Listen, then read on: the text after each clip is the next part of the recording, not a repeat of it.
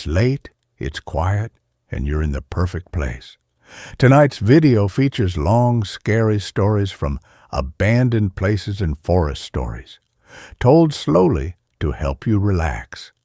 If these stories help you unwind, like the video, subscribe, and comment where you're listening from.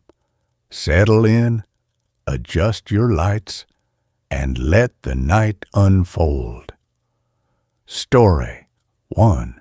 The last entry in the ranger's log was scratched into bone. I took the job because the posting said solitude preferred and offered 3 months' salary up front in cash. No interviews, no background checks, just an email exchange with a Forest Service address that probably hadn't been monitored since the Obama administration. A wire transfer confirmation and a set of keys left in the lockbox, nailed to a pine tree 17 miles down a logging road that hadn't seen traffic since the mill closed in '98. The position was temporary ranger for Blackwater Station, a decommissioned outpost in a section of national forest so remote it barely appeared on official maps. My duties, according to the single-page contract, were to maintain structural integrity against weather and document any unusual activity. It didn't specify what constituted unusual. I assumed they meant poachers or wildfires. I was wrong about almost everything. The station was a single-story timber structure with a stone chimney and a wraparound porch sagging under 30 years of snow loads. Its windows were mostly intact, but filmed with grime, reflecting the surrounding pines in distorted green smudges. The door opened with a groan that echoed through empty rooms, smelling of dust, dried pine sap, and something faintly metallic, like old pennies left in rain. Inside, time had frozen in 1993. A calendar hung crooked on the wall, its page showing October. A coffee mug sat on the counter, a black ring fossilized at its bottom. And on the desk in the main room, a logbook lay open to the final entry. I read it that first evening by lantern light, the words sending a chill through me that had nothing to do with the mountain air seeping through cracked window frames. The handwriting was precise. The ink faded to brown. October 28, 1993. Day 17 of solar rotation. The silence has changed. It's no longer absence of sound. It's presence. I hear breathing at night, not wind. Rhythmic, wet, coming from the tree line, but not moving closer. Jenkins from North Ridge called this morning on the radio. Said he'd seen figures between the trees on his patrol. Tall, too thin, standing perfectly still. When he approached, they were gone. But the ground where they'd stood was warm. I told him altitude sickness. Told him to drink water. I didn't tell him I've seen him too, 3 nights ago. Standing at the edge of the clearing, watching the station. Their faces were smooth, no features, just surfaces. Like stone worn by water, they didn't move when I shined the spotlight on them. The light passed through them. Not like ghosts, like they weren't entirely here to begin with, like we're seeing an echo of something that exists elsewhere. Jenkins went silent this afternoon. Radio just static now. I'm not going to look for him. The maps are wrong anyway. I tried to hike out yesterday, walked due west for 6 hours. Ended up back at the station's woodpile. My footprints led in a perfect circle. The forest isn't letting us leave. It's studying us, learning our shapes. Last night, I woke to scratching at the window. Not random, rhythmic. 3 taps, pause, 5 taps, pause, 2 taps. like counting, like language. I didn't answer. This morning the same pattern was scratched into the dirt beneath the window, but the soil was frozen solid, has been for a week. Asterisk, the entry ended there. No signature, no closing remarks. Just a final period hanging in the silence like a held breath. I told myself it was the ramblings of a man succumbing to isolation psychosis. Happens to rangers sometimes. Cabin fever manifesting as paranoia, auditory hallucinations, distorted time perception. I'd read case studies. I made a note to mention the logbook to my supervisor when I next had signal, which, according to my phone's persistent no service display, wouldn't be for a while. I settled into the routine, chopping firewood, checking the perimeter each morning, logging weather conditions. In the fresh pages of the logbook I'd brought, the days bled together under a sky the color of slate, and the silence. The silence was indeed different here, not peaceful, not empty. It had texture, weight. It pressed against my eardrums until I found myself straining to hear anything at all. A bird, a squirrel. The distant rush of the creek marked on my map. There were no birds. I noticed it on the third day. No chickadees flitting between branches, no jays squabbling in the canopy, no woodpeckers drumming on dead snags, just the whisper of wind through pine needles, a sound that, if I listened too long, began to resemble slow, deliberate breathing, in, out, in, out. That night, I heard the scratching. I was reading by lantern light when it started. A soft, rhythmic abrasion against the outer wall beneath the window, not random, not the skitter of a rodent. 3 distinct scrapes, a pause, 5 scrapes, a pause, 2 scrapes. My blood turned to ice. I killed the lantern and crept to the window, peering through a crack in the warped board someone had nailed over the glass years ago. Darkness, impenetrable. The mountain moon hadn't risen yet. I waited 10 minutes, my heart hammering against my ribs. When nothing else happened, I chalked it up to wind-blown branches and tried to sleep. But as I lay in the narrow bunk, I heard it again, this time from inside the walls, a soft, patient scratching moving between the studs. Not fast, not frantic, deliberate, as if something were mapping the interior of the station room by room. I didn't sleep that night. Morning brought weak, filtered light and a temporary return of rationality. I told myself I'd imagined it. Stress? Suggestion from the old logbook? I decided to hike to the ridge marked on my map. The high point where I might catch a sliver of cell signal. I packed water, a knife, and the station's heavy maglite flashlight. Before leaving, I checked the perimeter and froze.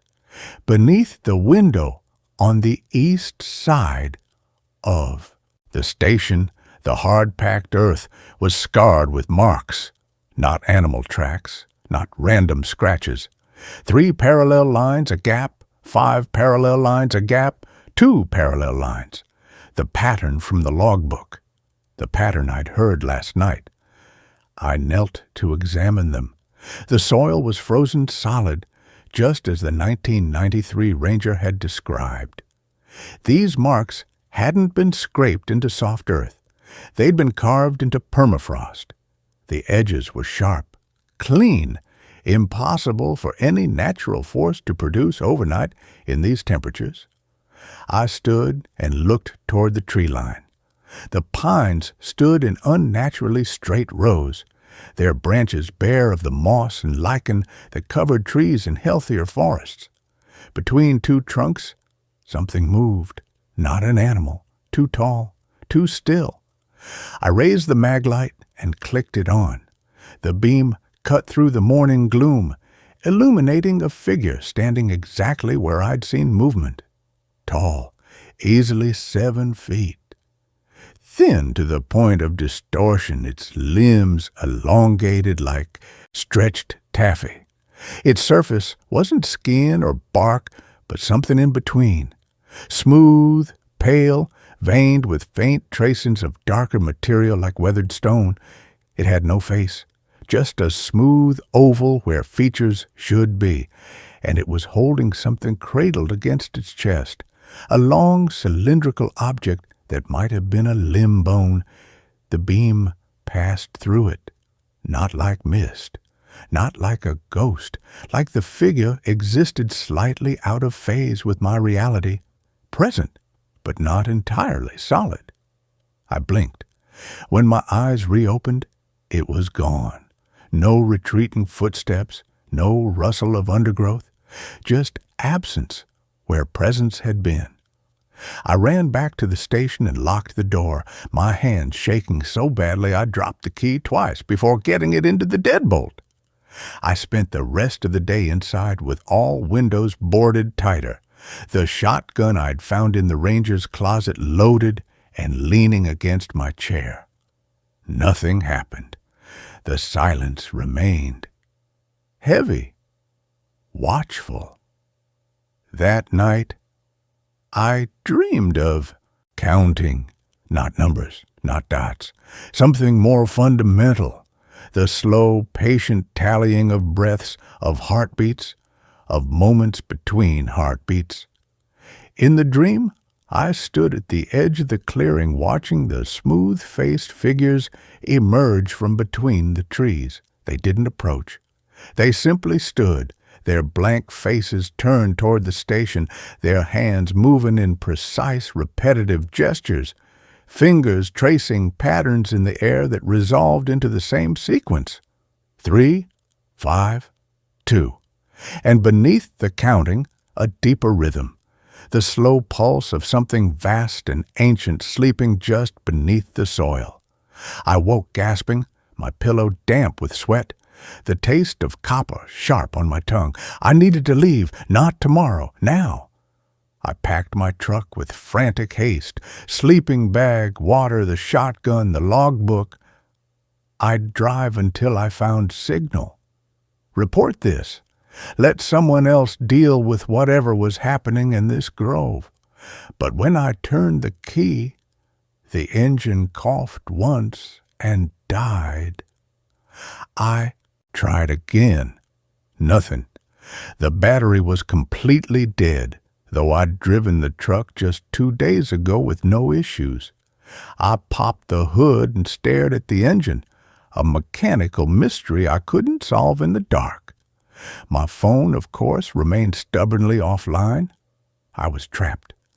I spent the next 3 days trying to fix the truck, rationing my food, avoiding the windows after dusk. The scratching came every night now, not just at the walls, but at the door. Soft, patient, always the same pattern. 3 taps, pause, 5 taps, pause, 2 taps. I stopped answering, stopped even acknowledging it aloud. But I started hearing it in my head during the day, a phantom rhythm keeping time with my footsteps, my heartbeat, my breathing. 3, 5, 2, 3, 5, 2. On the 4th morning, I found the first bone. It lay on the porch steps just outside the front door. A human femur, weathered white by sun and rain, its surface scratched with symbols I didn't recognize. Not letters, not pictographs, angular shapes that hurt to look at directly, as if the lines shifted when not observed, and carved along its length in the same precise hand as the ranger's logbook. They are counting us. Don't let them finish. I brought the bone inside and placed it on the desk beside the logbook. My hands trembled as I compared the handwriting. Identical. The ranger hadn't just written his final entry in the logbook. He'd written it here, too, on bone. Why? Because paper wasn't permanent enough? because whatever was counting needed to be told in a language that would last. That afternoon, desperation overcame fear. I decided to search the station thoroughly, every closet, every crawl space, every inch of this place the previous ranger had inhabited. In the basement, a damp, low-ceilinged space smelling of earth and rot, I found the door, small, wooden, reinforced with iron bands blackened by rust. A root cellar? The padlock was corroded shut, but a sharp tug with the crowbar I'd been using on the truck's engine broke it cleanly. The door opened inward with a sigh of stale air carrying that same metallic copper scent from my dream. 13 steps led down into darkness. My flashlight beam revealed a space no larger than a closet. Stone walls, dirt floor, and in the center, arranged in a perfect circle, were bones. Dozens of them.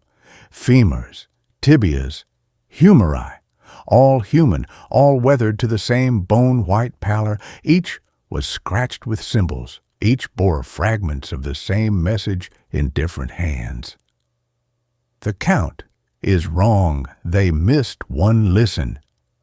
To the silence between "don't answer when they call your name," and in the center of the circle, a single skull rested on a stone pedestal. Its surface was covered in intricate carvings, not symbols this time, but words. Hundreds of them scratched with impossible precision into the bone's curve. I knelt and read by flashlight, my breath catching in my throat. My name is Daniel Mercer. I was ranger here from May to October 1993. Jenkins wasn't the first to go silent. There were others before him, rangers from stations now decommissioned, hikers who never returned from trails that no longer appear on maps. They weren't killed. They were incorporated. The forest doesn't destroy, it absorbs. It learns our shapes, our sounds, our rhythms. It counts us to understand us. 3 for breath, 5 for heartbeats between breaths, 2 for the silence that follows.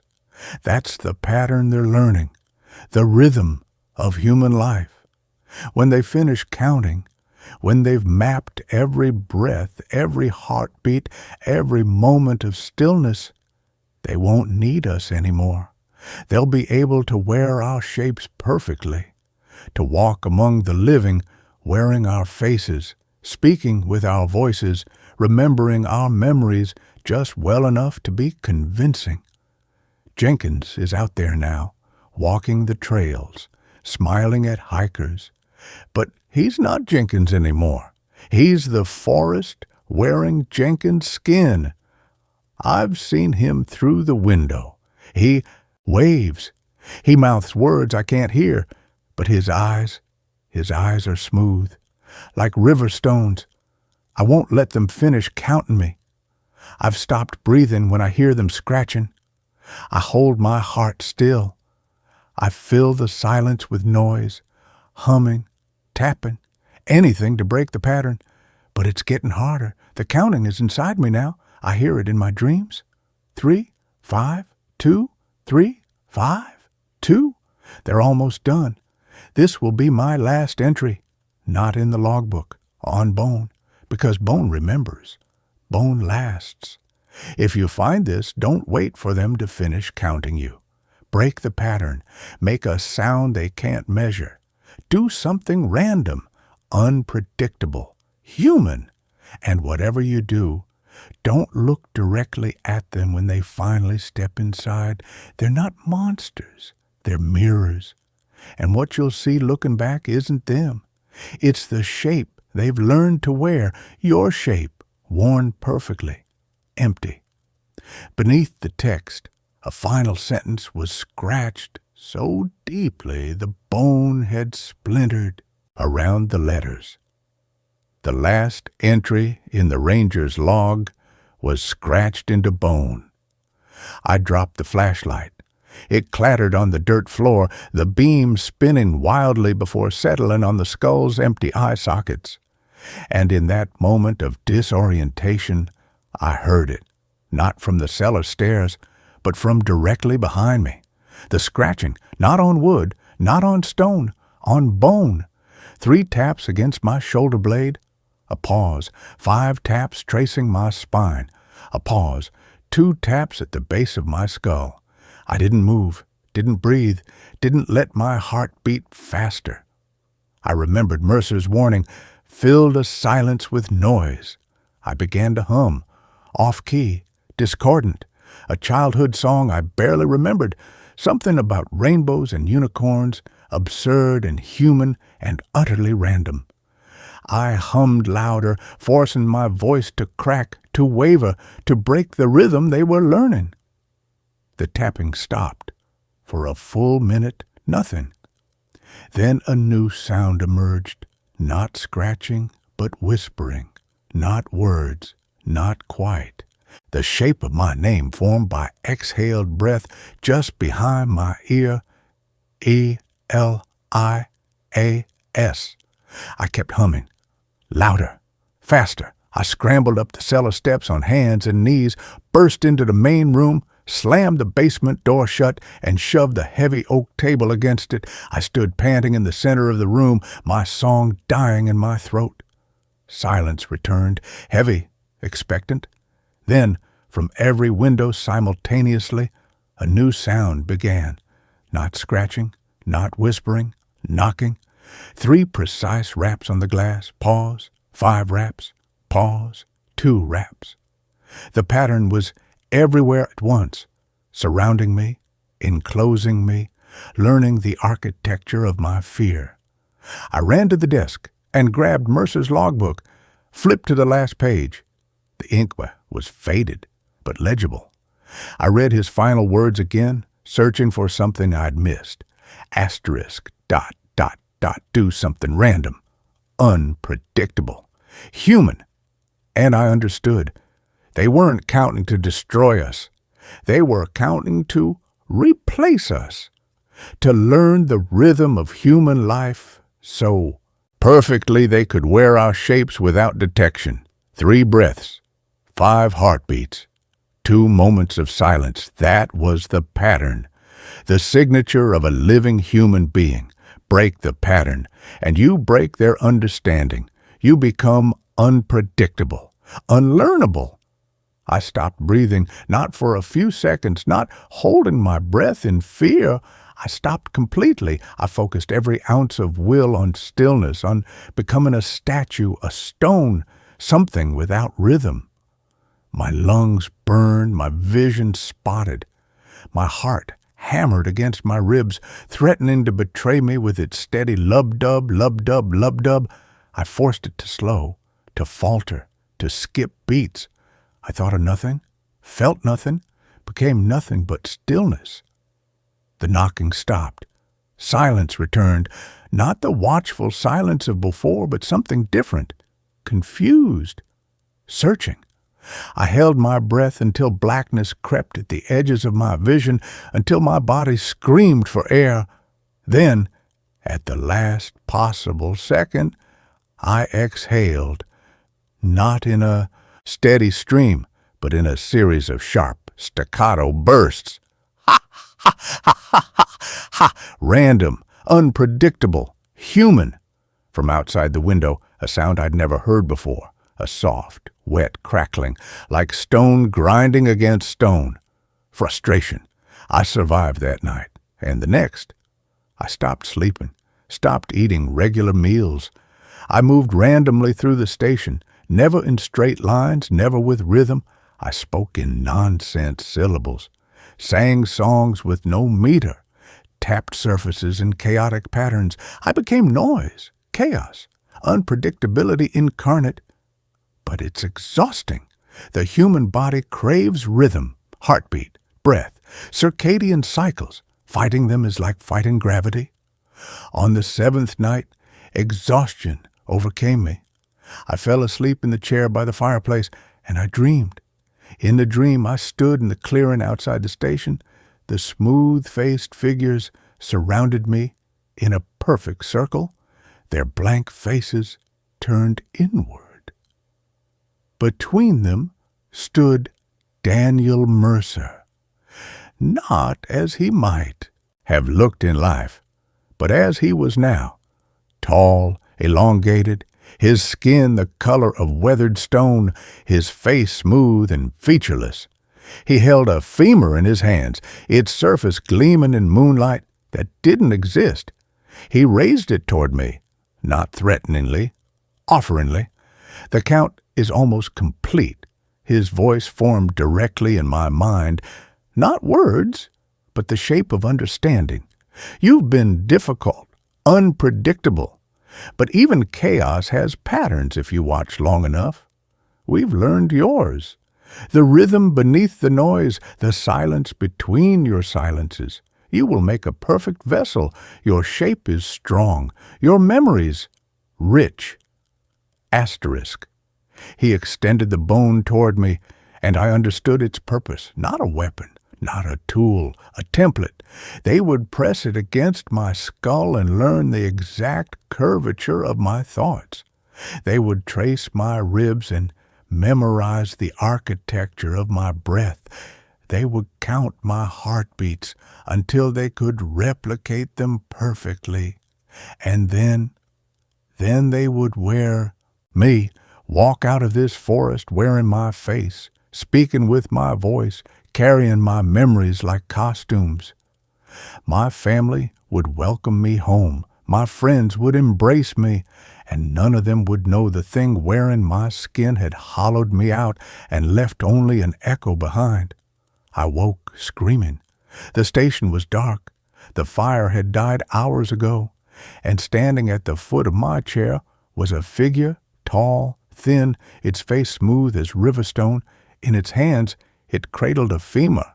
My femur, I realized with dawning horror, though my legs were still attached to my body. It hadn't taken the bone from me. It had grown it, learned the shape so perfectly it could manifest a copy from the forest itself. It didn't move toward me. It simply stood, offering the bone as Mercer had in my dream.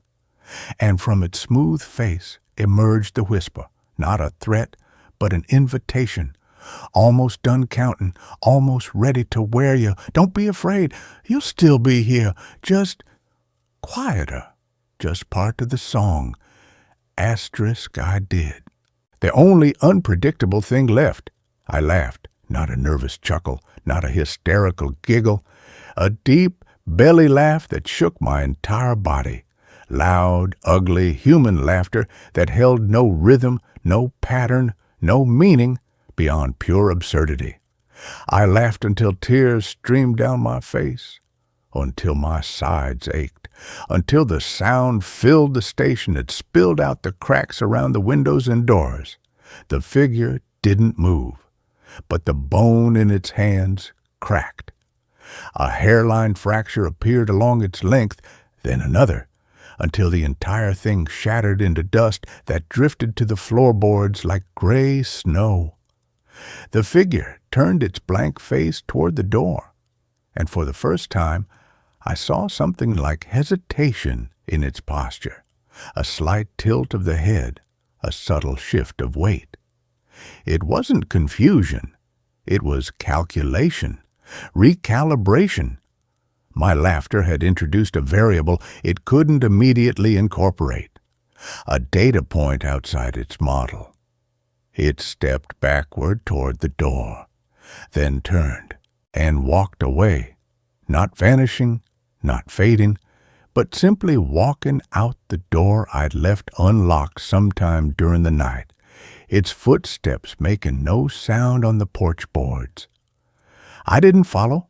I didn't look out the window. I sat in the dark until dawn, my body trembling with adrenaline and exhaustion. When sunlight finally filtered through the grimy glass, I packed my truck with frantic haste. The engine started on the first try. I didn't question it. I drove, didn't stop until I reached a gas station with functioning pumps, and a flickering neon sign that read, "Open." I'm writing this in a motel room 60 miles from the forest boundary. The door's locked. The curtains are drawn. My hands won't stop shaking. I keep hearing it. The rhythm beneath everything. 3 heartbeats, 5 breaths, 2 moments of silence.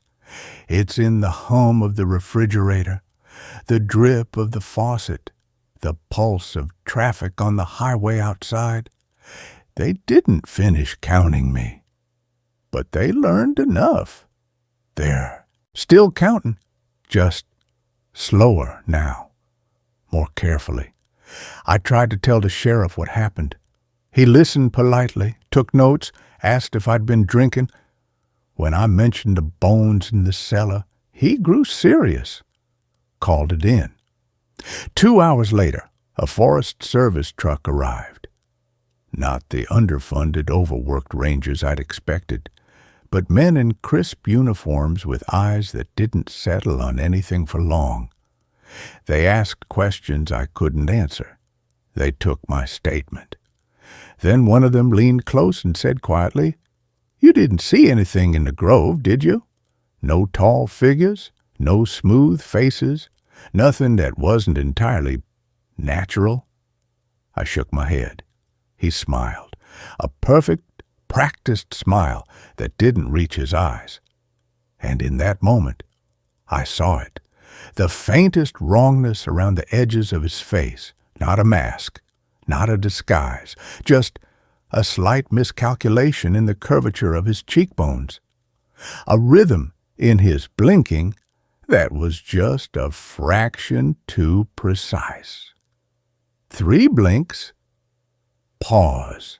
5 blinks, pause. 2 blinks, he's one of them, or something wearing him. They're already out here, already walking among us. Not all of them, not yet, but enough. And they're learning, getting better with each vessel they wear. I'm leaving this motel tonight, driving west until I reach the ocean. They can't follow me there. The salt water disrupts their counting. Mercer's logbook mentioned that in an earlier entry I dismissed as delirium. But I know now he was right about everything. I don't know how long I have. The counting has resumed. I hear it in my dreams. In the spaces between thoughts, they're patient. They have all the time in the world. And forests are very, very patient. But I've learned something too. Something Mercer didn't understand until it was too late. They can learn our rhythms, but they can't understand our chaos, our randomness, our capacity for absurdity, for laughter in the face of horror, for love that makes no logical sense, for sacrifice that defies self-preservation. These things have no pattern, no countable rhythm, and without rhythm, they cannot replicate us perfectly. So I will be unpredictable. I will be chaotic. I will laugh when I should scream. I will sing off-key. I will love recklessly.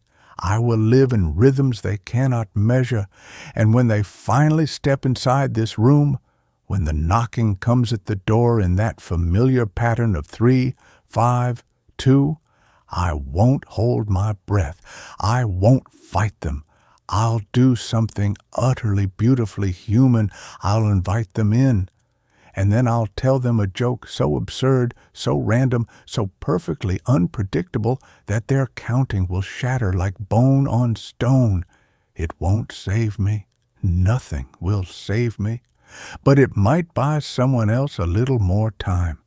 Another day of chaos, another moment of beautiful, uncountable humanity. The last entry in the ranger's log was scratched into bone. This one is being typed on a motel keyboard with trembling fingers.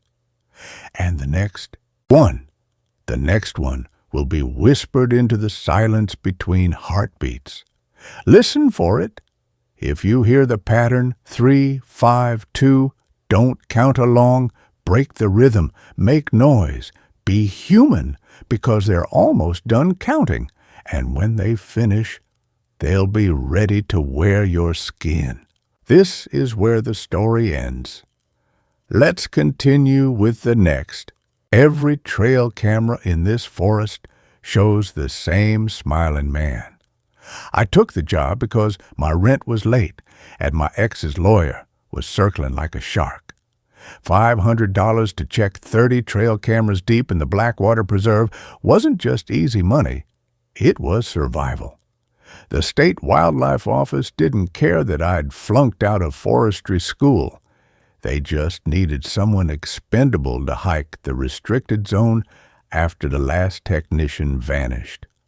Ranger Hayes handed me the keys to a rusted Forest Service truck and a manila folder thick with incident reports. His knuckles were white on the folder's edge. "Stay on the marked trails," he said, his voice low. "Don't touch the cameras, just swap the SD cards. And Ben?" He held my gaze, his eyes bloodshot. "If you see anything unusual, don't look at it too long. Don't recognize it."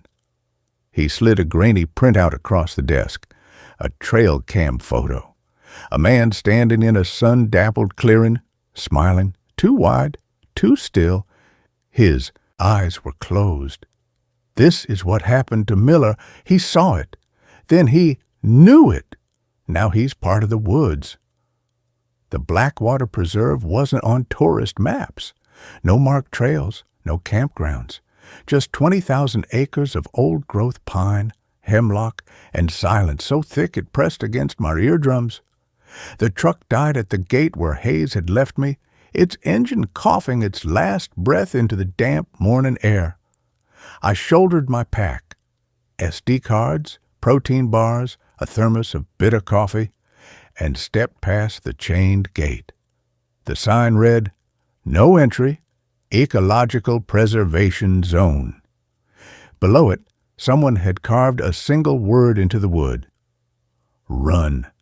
The first camera was easy, mounted on a pine trunk 10 feet up, its red recording light blinking like a slow, patient heartbeat. I swapped the SD card with numb fingers, the forest sounds unnervingly absent.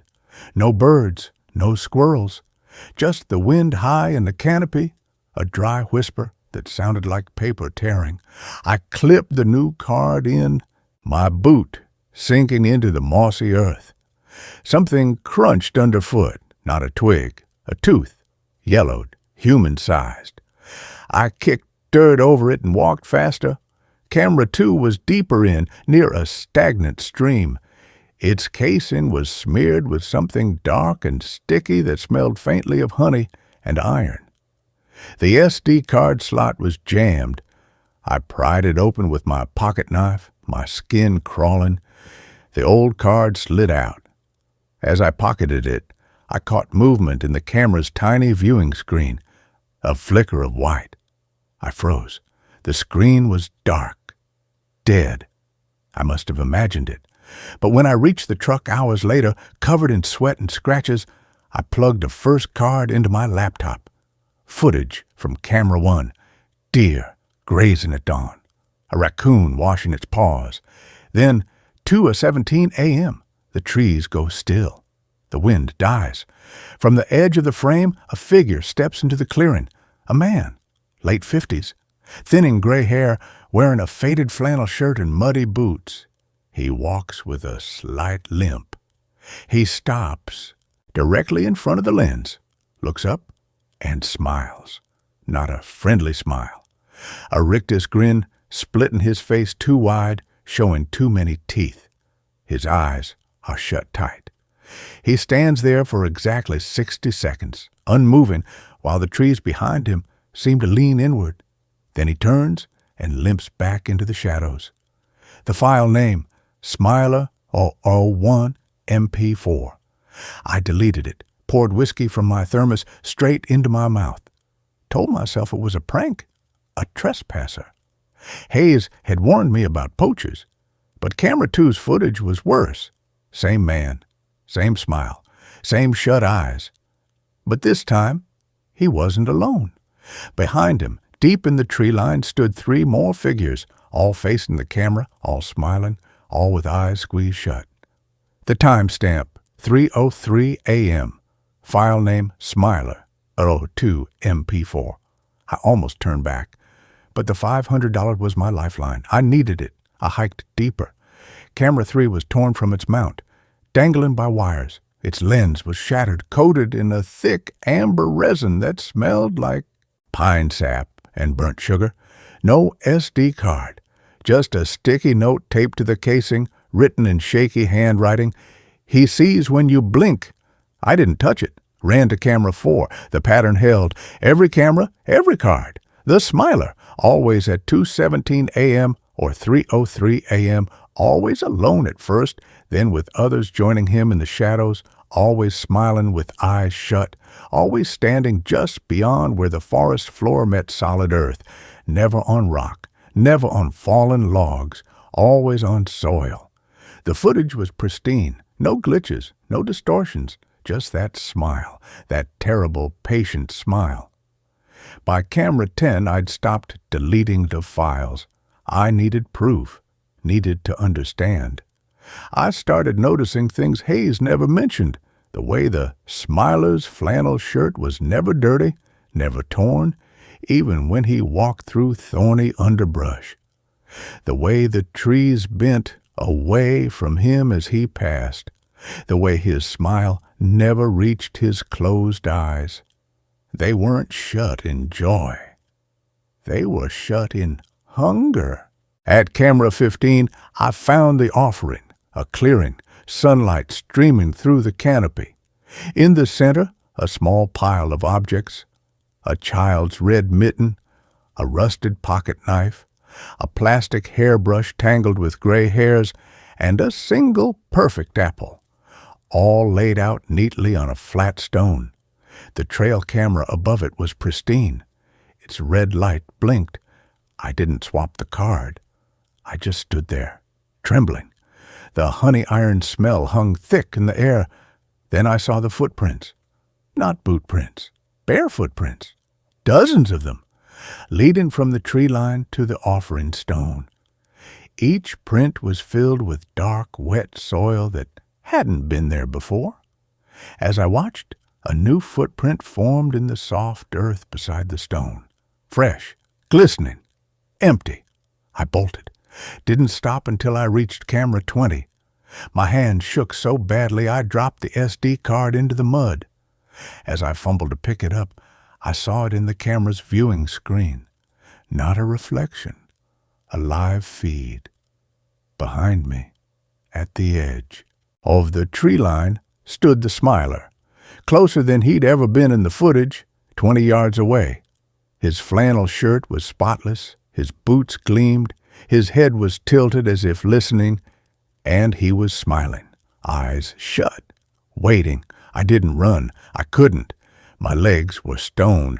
I watched the screen. He didn't move toward me. He just stood there, smiling, while the forest held its breath.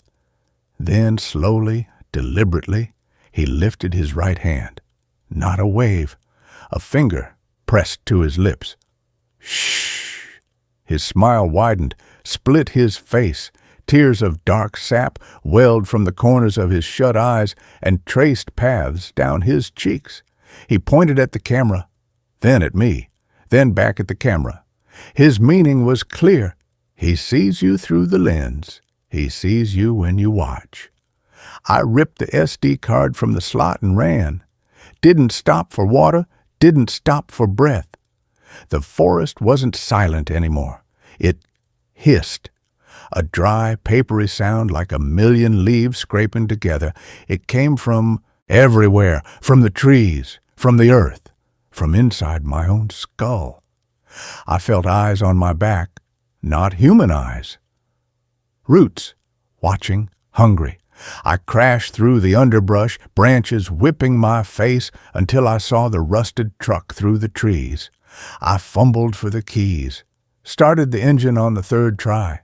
Drove until the gas gauge hit empty on a county road, 20 miles from the preserve gate. I didn't go home. I drove to a 24-hour laundromat on the edge of town, locked myself in a stall with my laptop, plugged in the last SD card, camera 30, the final camera. Deep in the heart of the preserve, the footage began at dusk. Shadows lengthened, the wind died. 2:17 a.m., the Smiler stepped into frame. But he wasn't alone. Dozens of figures stood behind him in the trees. Men, women, children, all in outdated clothing, flannel, overalls, Sunday dresses, all smiling, all with eyes shut tight. The Smiler limped forward until his face filled the lens. His smile stretched ear to ear, splitting the skin at the corners. Dark sap oozed from the tears. He leaned closer, closer, until his shut eyes filled the screen. Then slowly, deliberately, he opened them. Not human eyes, not eyes at all, just smooth, dark wood grain, knots for pupils, bark for lids. He opened his mouth wider, too wide, and a sound came out, not a voice. The creak of ancient timber, the groan of roots tearing stone, the hiss of sap boiling underground, and beneath it, layered like whispers in a storm drain, were voices, familiar voices. Ranger Hayes, Miller, the missing technician, my ex's laughter, my own voice saying my childhood nickname. The Smiler's wooden eyes focused on the lens. He knew I was watching. He knew I was there.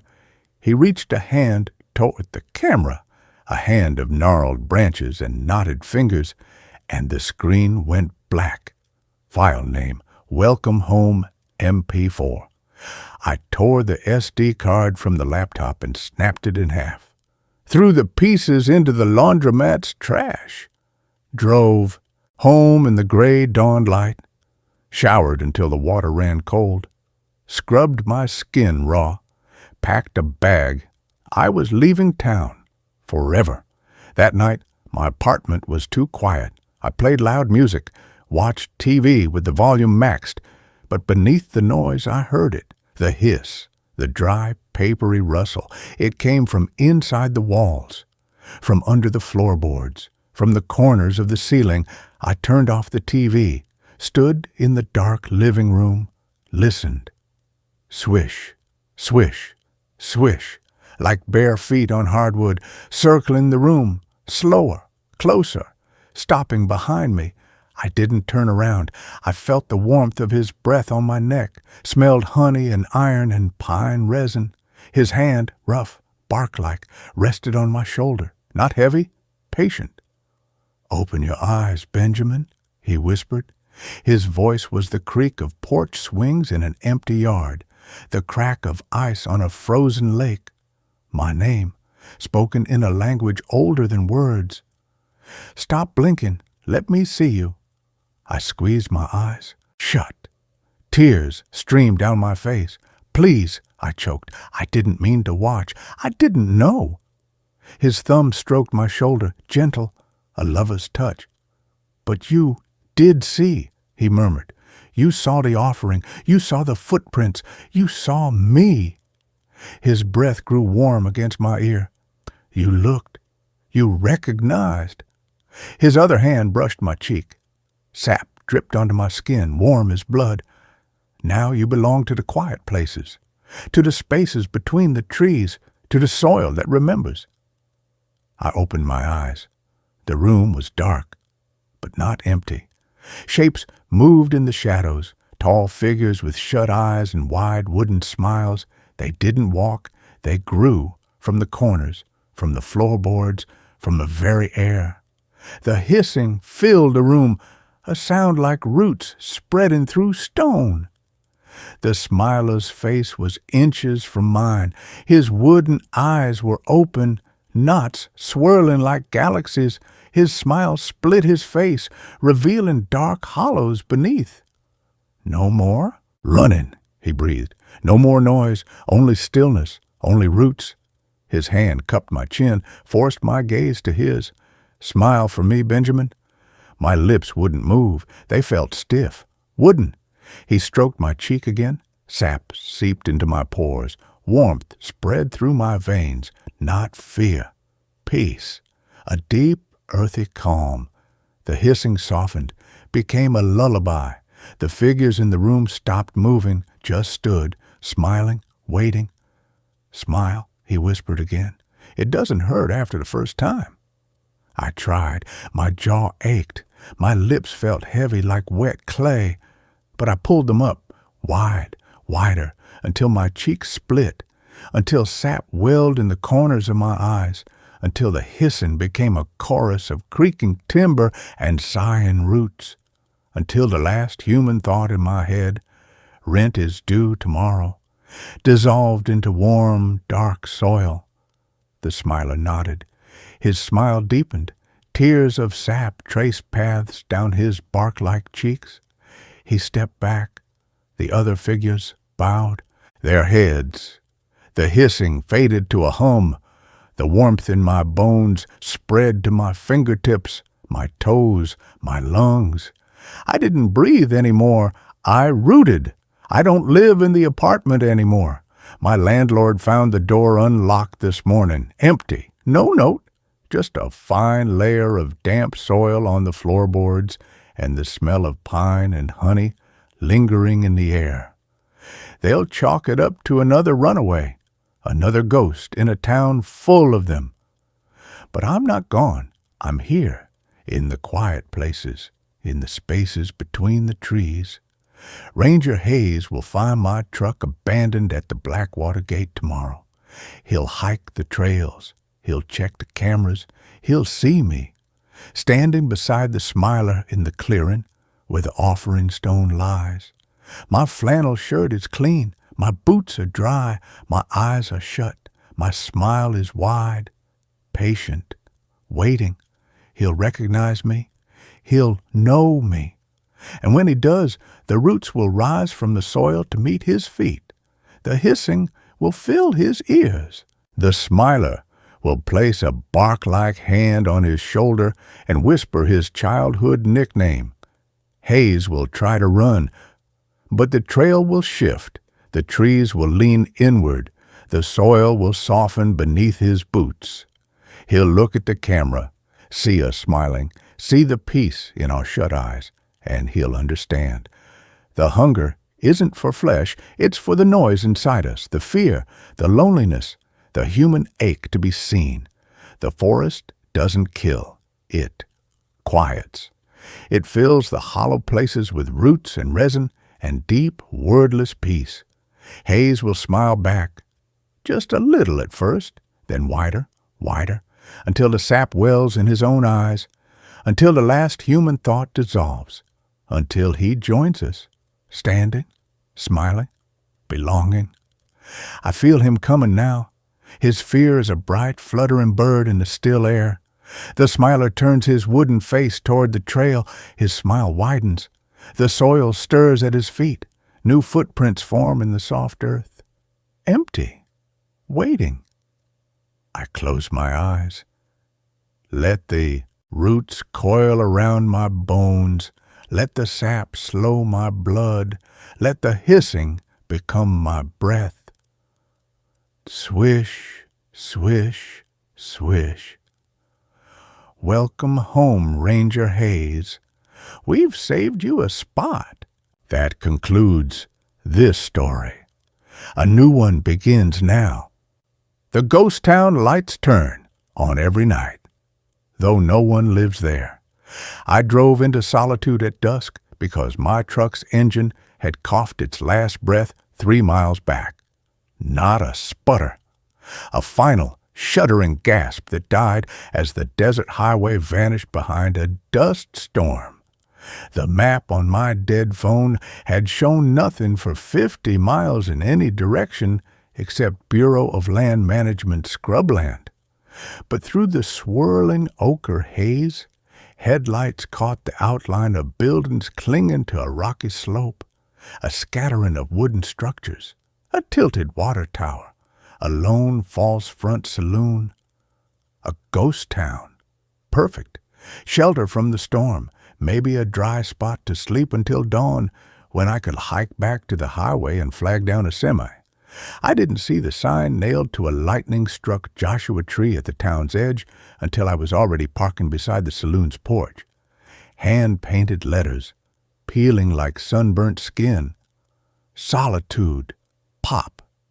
0. Do not stay after dark.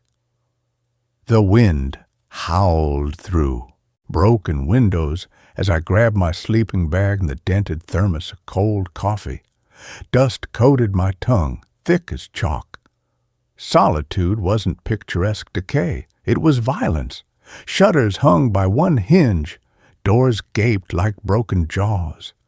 The saloon's swinging doors were gone entirely, leaving a black rectangle that breathed cold, dry air smelling of rust and old smoke.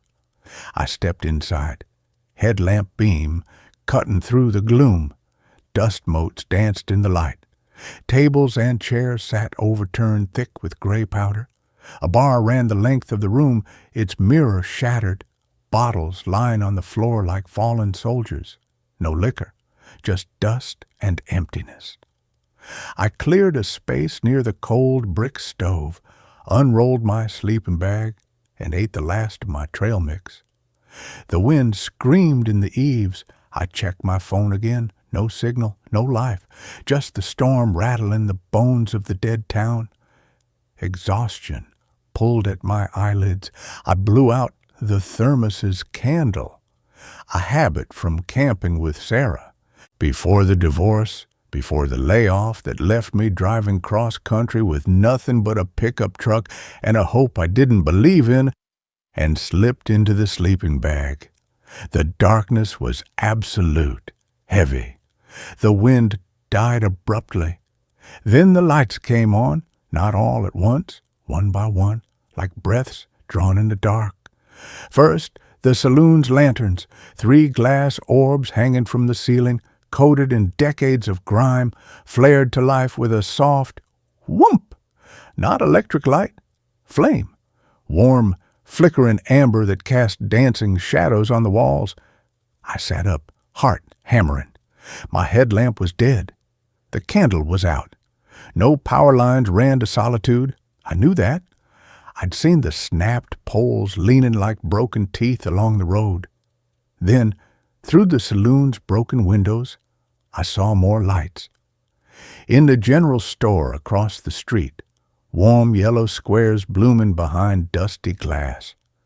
In the small house on the hill, a single window, glowing like an ember.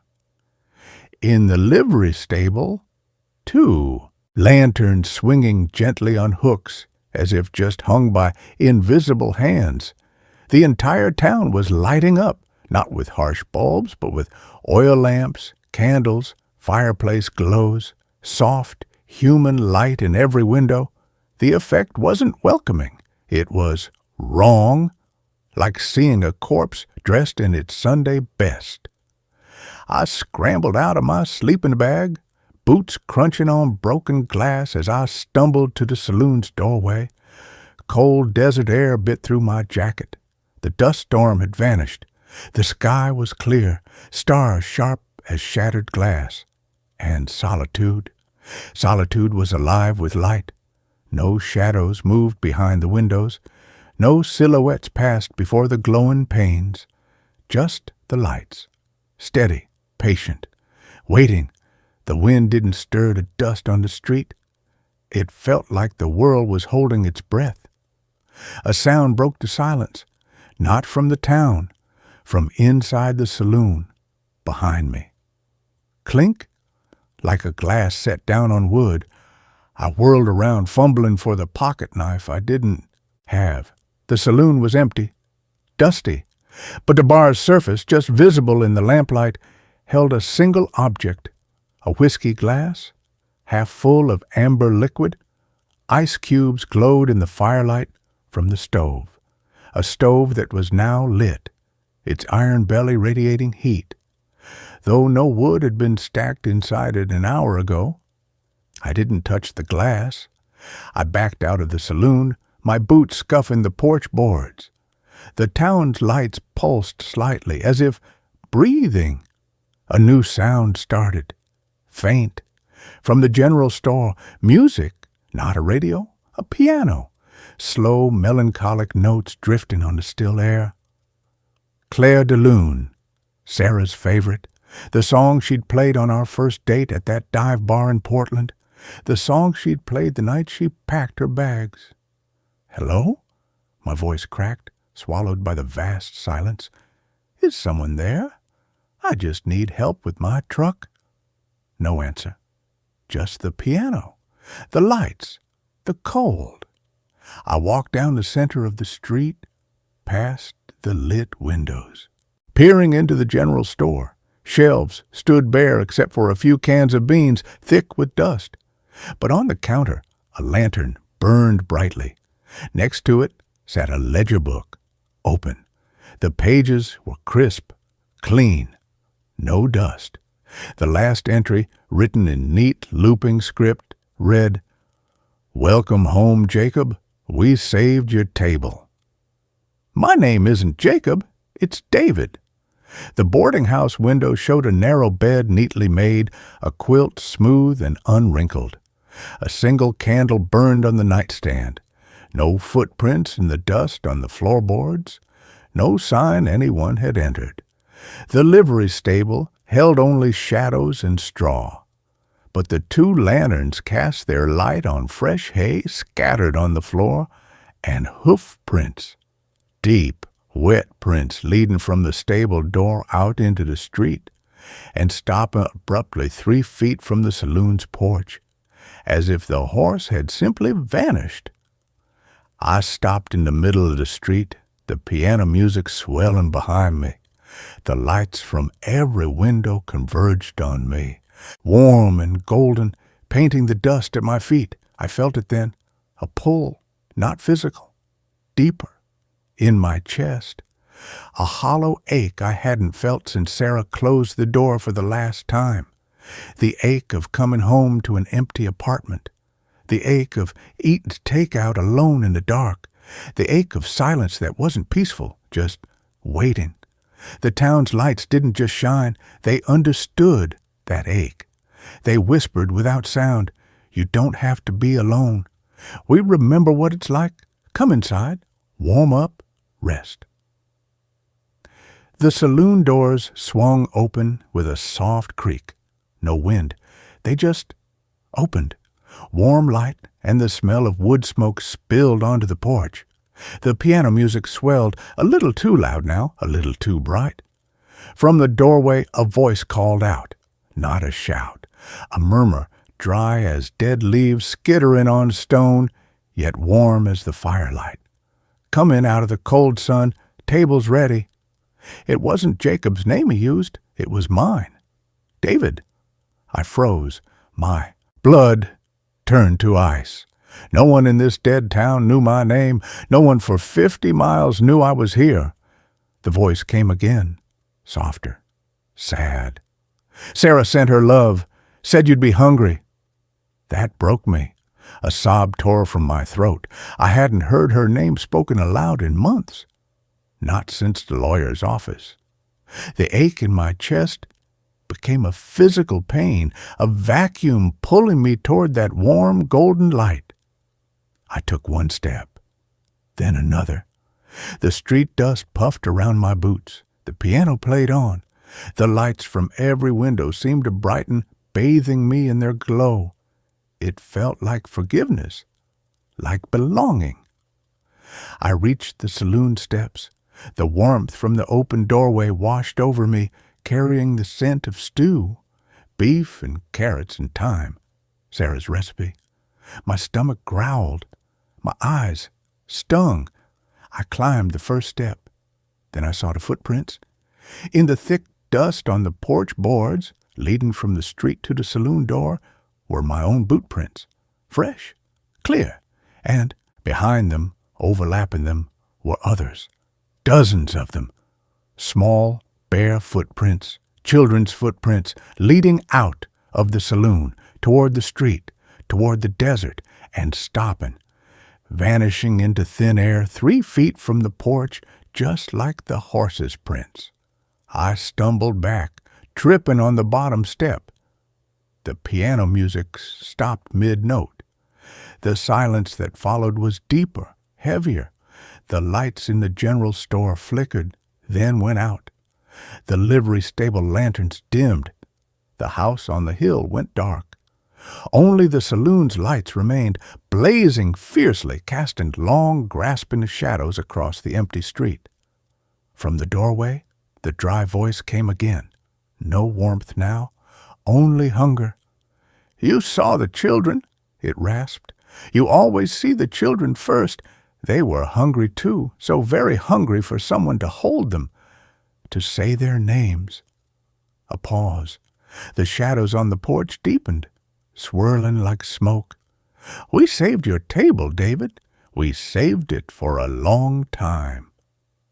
I ran, not toward the highway, toward my dead truck parked beside the saloon. I fumbled for the keys, my hands shaking so badly I dropped them twice. The engine was cold, silent. I turned the key. Nothing, not even a click. The headlights didn't flicker. The radio was dead static. Behind me, the saloon door slammed shut with a final echoing bang. The lights inside blazed brighter, turning the dusty windows into molten gold. The music started again. Not Claire de Lune, a child's music box, tinny, off-key, playing Rockabye Baby, and footsteps from inside the saloon.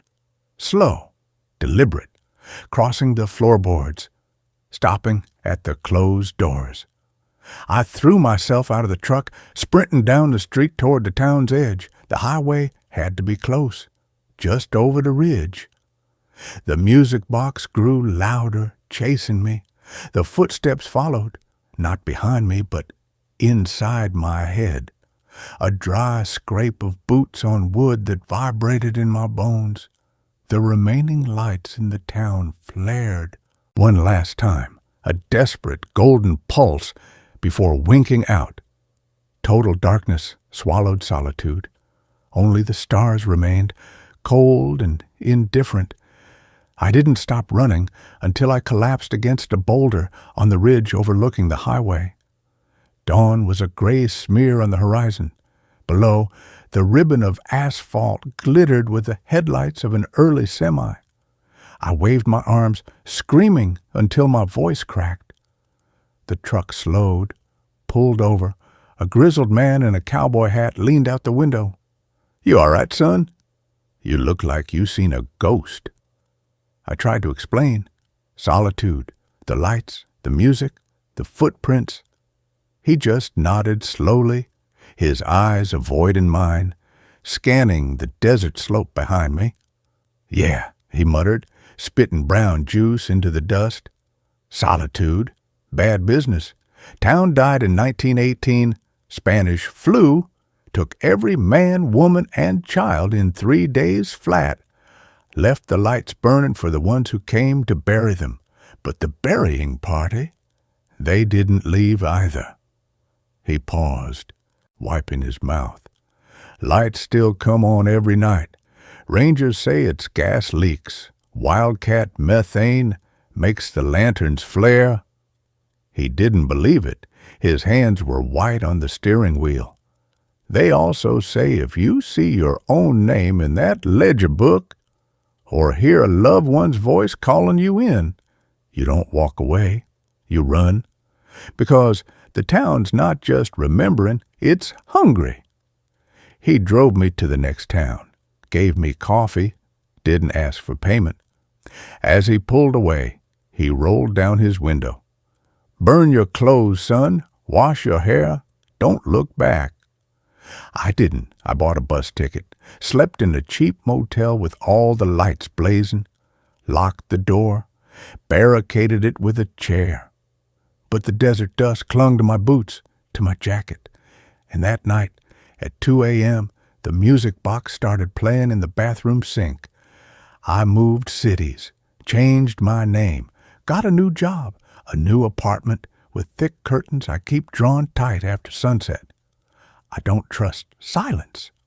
I fill my home with noise, TV, podcasts, white noise machines, but sometimes In the deepest part of the night, when the city hum fades, I hear it. Faint. From the hallway, the dry scrape of boots on wood, and a whisper, dry as dead leaves, seeping under my door. "We saved your table, David." I check the locks every night. But last Tuesday, I found something on my welcome mat.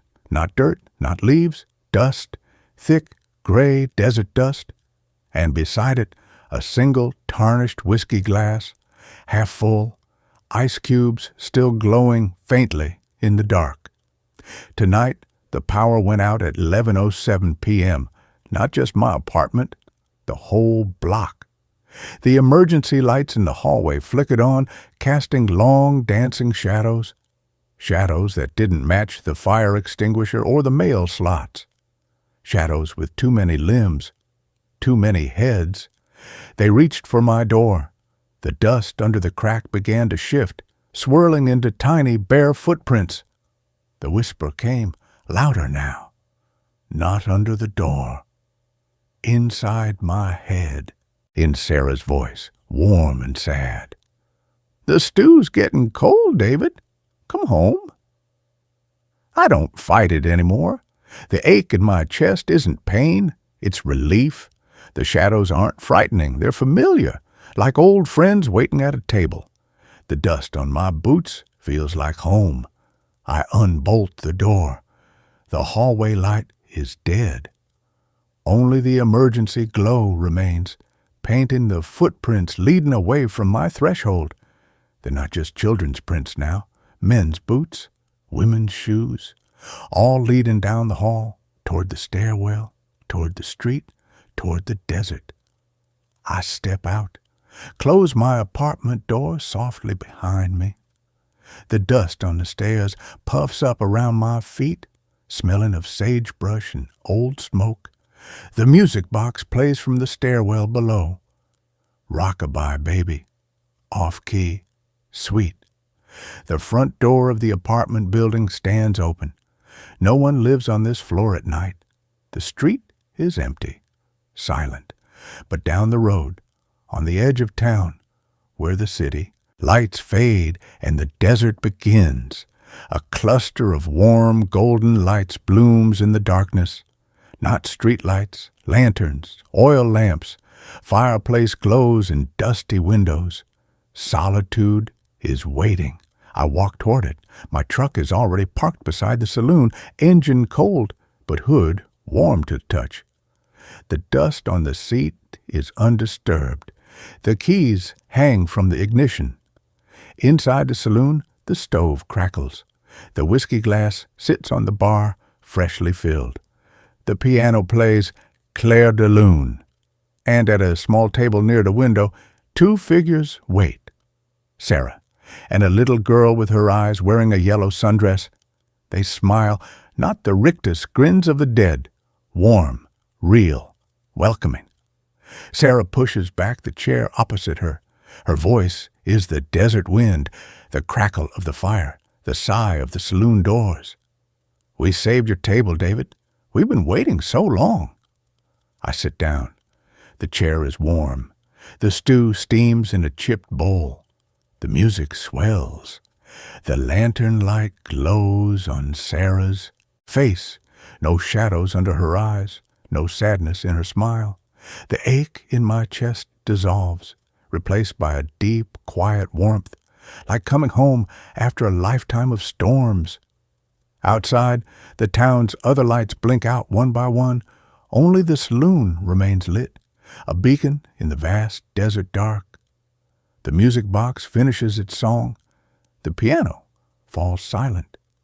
The only sounds are the crackling fire, the clink of Sarah's spoon against her bowl, and the soft, contented sigh of the little girl as she leans her head against my arm. I don't look at the dust on the floorboards. I don't count the footprints leading away from the table. I don't wonder about the next lost soul who'll see these lights on a lonely highway. I just eat the stew. Hold Sarah's hand. Let the little girl's sleepy breath warm my shoulder. The town isn't haunted. It's filled with the things the world throws away, lost keys, broken hearts, the ache of empty chairs. It collects them, keeps them warm, gives them a table, a name, a place to belong. The lanterns burn all night. The stove never cools. The stew pot is always full, and the door is always open for the next one, the next David, the next Sarah, the next child who just wants to be held. The desert wind picks up at dawn, rattling the saloon doors. The lights inside don't flicker. They burn steady, golden, patient, waiting for the highway lights to fade, for the dust storm to rise, for the next engine to cough its last breath on the road to nowhere. I wipe stew from the little girl's chin. Sarah squeezes my hand under the table. Her skin is warm, real. "More stew, my love?" she asks. I smile, push my empty bowl forward. The door swings open on its own, welcoming the cold dawn air. The dust swirls on the threshold, forming fresh footprints leading out into the street, vanishing 3 feet from the porch. Always hungry, always waiting, always saving your table. The lanterns glow brighter. The fire crackles. The piano starts again, softly. Claire de Lune. End. This story ends here. It's time to move on to the next. Moss now grows, where the children's names were carved into the trees. I came to Hollow's End looking for ghosts, not the kind that rattle chains or moan in attics, but the quieter, more persistent kind, the ghosts of memory, of absence, of places that hold their breath long after the people who gave them meaning have vanished. My editor at the Historical Preservation Journal had assigned me a piece on lost communities of the Pacific Northwest, and Hollow's End, a logging town abandoned in 1952 after the mill burned down, seemed perfect. A footnote in regional history, forgotten by everyone except a few aging descendants and the forest that had spent 70 years reclaiming its bones. The road to Hollow's End wasn't on any current map. I followed directions scrawled on a napkin by a librarian in the nearest town, a woman whose eyes clouded over when I mentioned the town's name. "They don't talk about that place," she'd whispered, sliding the napkin across. The counter, as if it were contaminated. Not since the fire, not since what they found in the schoolhouse. The forest swallowed the road whole about 3 miles past the last mailbox. Trees leaned inward until their branches interlocked overhead, casting the path into perpetual twilight. The air changed, too, damp, cold, carrying the scent of wet earth and something faintly sweet, like rotten lilies left too long in a sealed room. And the silence, not peaceful, not empty. It pressed against my eardrums until I found myself straining to hear anything at all. A bird, a squirrel, the distant rush of a creek. There was nothing. Just the whisper of wind through pine needles high above, a sound that felt less like weather and more like slow, deliberate breathing. Hollow's End appeared suddenly through the trees, a cluster of timber structures sagging under decades of snow loads.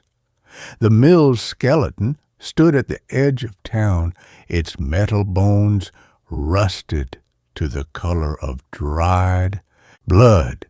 Houses lined what might have been a main street, their windows shattered, their roofs caved in under the weight of time. But it was the trees that stopped me cold. Dozens of them, ancient pines and firs, stood in a rough circle around what must have been the town square, and carved into their bark, deep enough to scar the wood for generations, were names. Hundreds of them: Sarah, Thomas, Eleanor, James, Mary, William. Children's names etched with the uneven hand of young fingers or the careful script of a loving parent. Some carvings were fresh-looking, the wood still pale beneath the letters. Others were nearly erased by time, the grooves filled with dark resin or soft green moss. But every single one was being consumed. Moss now grew where the children's names were carved into the trees, not just covering them, but replacing them. The green tendrils filled the grooves letter by letter, syllable by syllable, until the names themselves seemed to be sinking into the bark, becoming part of the tree's memory. I told myself it was just nature reclaiming human marks. Trees heal wounds by growing over them, nothing supernatural, just biology. I slung my camera bag over my shoulder and stepped onto the overgrown sidewalk, the wood groaning under my weight like a living thing protesting my presence. Inside the first house I explored, the air was colder, the smell of rotten lilies stronger. Dust motes swirled in the slants of light, cutting through broken windows, revealing a parlor frozen in 1952, a rocking chair coated in grime, faded photographs of children on the walls, their faces blurred by time, their smiles too wide, too fixed, and everywhere the moss. It didn't just grow into floor or walls. It climbed the furniture, covered the dishes in the kitchen, filled the cracks in the floorboards like green veins. But it wasn't random growth. The moss formed patterns, deliberate arrangements that might have been letters in a language with too many soft edges. And in the center of the main room, it coiled into a perfect circle on the floorboards, large enough for a child to stand within. I raised my camera and began shooting. The shutter clicks echoed unnaturally loud in the stillness. As I moved deeper into the town, I noticed something else. The houses weren't just empty. They were staged. Kitchens held pots still on stovetops, as if dinner had been interrupted mid-preparation. Bedrooms contained beds with sheets still stretched tight, though mildewed and torn. But the most unsettling detail was the shoes. Dozens of them, small, worn leather shoes, placed neatly beside each bed, each chair, each doorway, as if the children had simply stepped out of them and vanished. I found the first journal in the schoolhouse. It lay open on the teacher's desk, its pages brittle with age. The handwriting was precise, increasingly frantic as the entries progressed. April 12th, 1952. The children are quieter than usual. Not disobedient, just still. They sit for hours, staring at the trees in the square, tracing the names carved into the bark with their fingers. When I ask what they see, they say the trees are singing to them. A lullaby about sleeping deep and dreaming green. I've scheduled a meeting with the town council next week. Perhaps fresh air will help. May 3rd, 1952. The moss is growing faster. It tore through the church floor last night. No sound, no warning. Just woke to find it pushing up through the floorboards like green fists. The children don't seem afraid. They gather around the new growths, touching them with reverence. Little Martha says the moss remembers their names, says it sings them back when the wind blows through the square. I've forbidden entry to the church. May 17th, 1952. They're not obeying the rules anymore. Found the church door open this morning. The children were inside, standing in a circle around the largest patch of moss. Their hands pressed against it, their eyes closed. When I called to them, they turned in unison, their pupils dilated, black as river stones. They said the moss showed them where they came from, where they'll return. They said they're not lost. They're seeds. June 1st, 1952.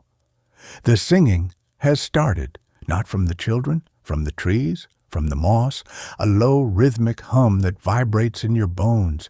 The children sway to it even when awake. They've stopped eating.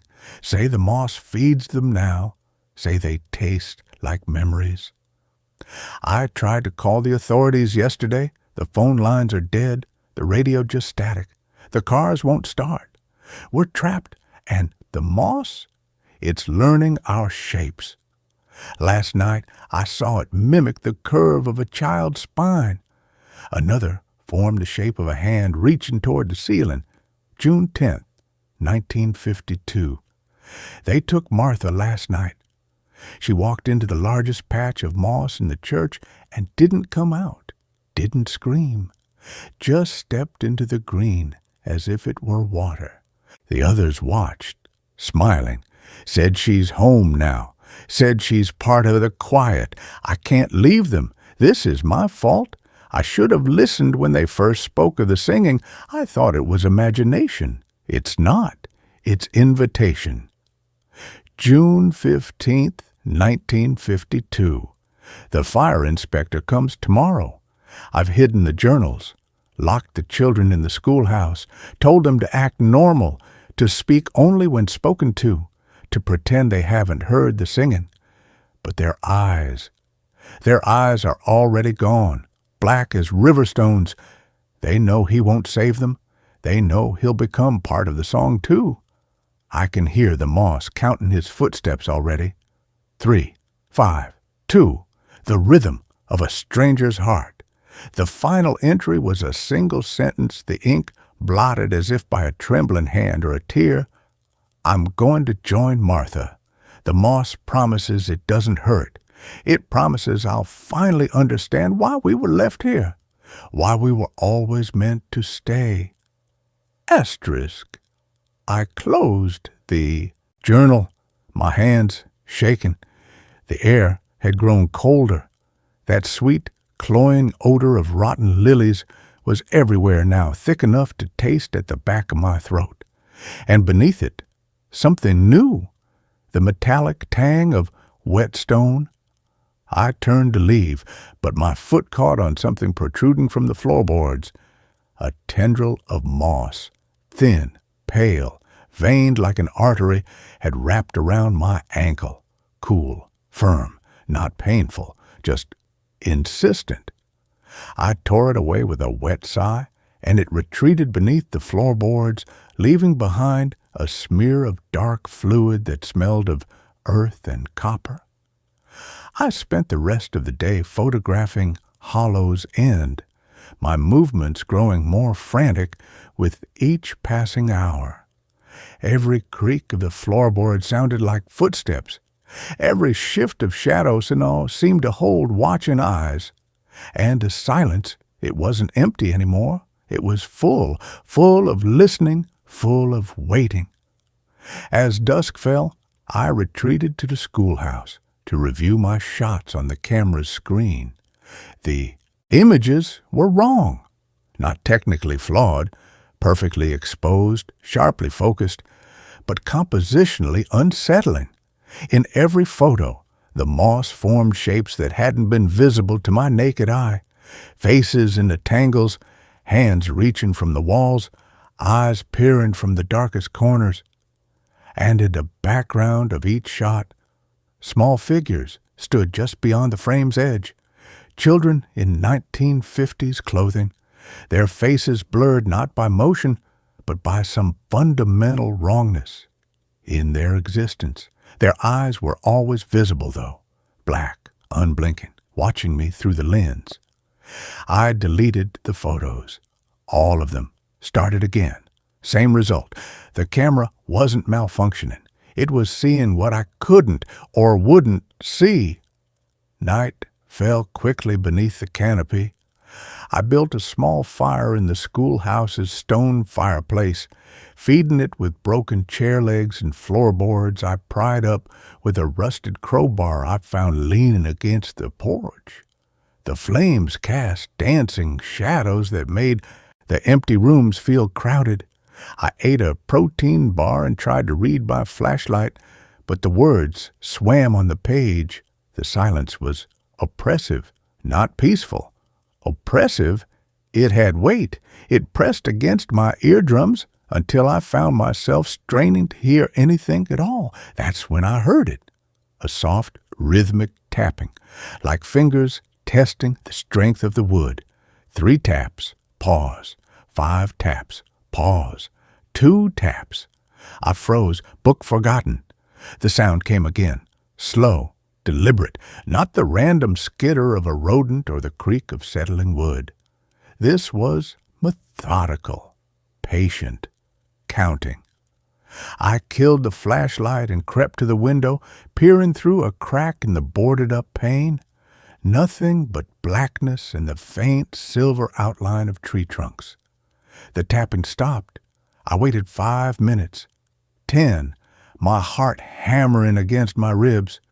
When nothing else happened, I chalked it up to wind and my own frayed nerves.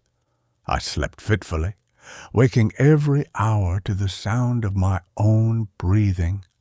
Morning brought weak, filtered light and a temporary return of courage. I explored the town properly, stepping carefully over collapsed sections of floor and around moss that had erupted through walls like green fists. The houses were all similarly preserved in decay. A child's toy on a dusty floor, a calendar frozen on June 1952, family photographs faded to sepia ghosts on walls. But one building stood apart. At the far end of the main street, slightly larger than the others, with a sign above the door that read, Town Hall. The door was padlocked, but the lock was rusted through. A sharp tug and it fell apart in my hands. Inside, the air was different, drier, colder. Dust motes danced in the slivers of light, cutting through boarded windows.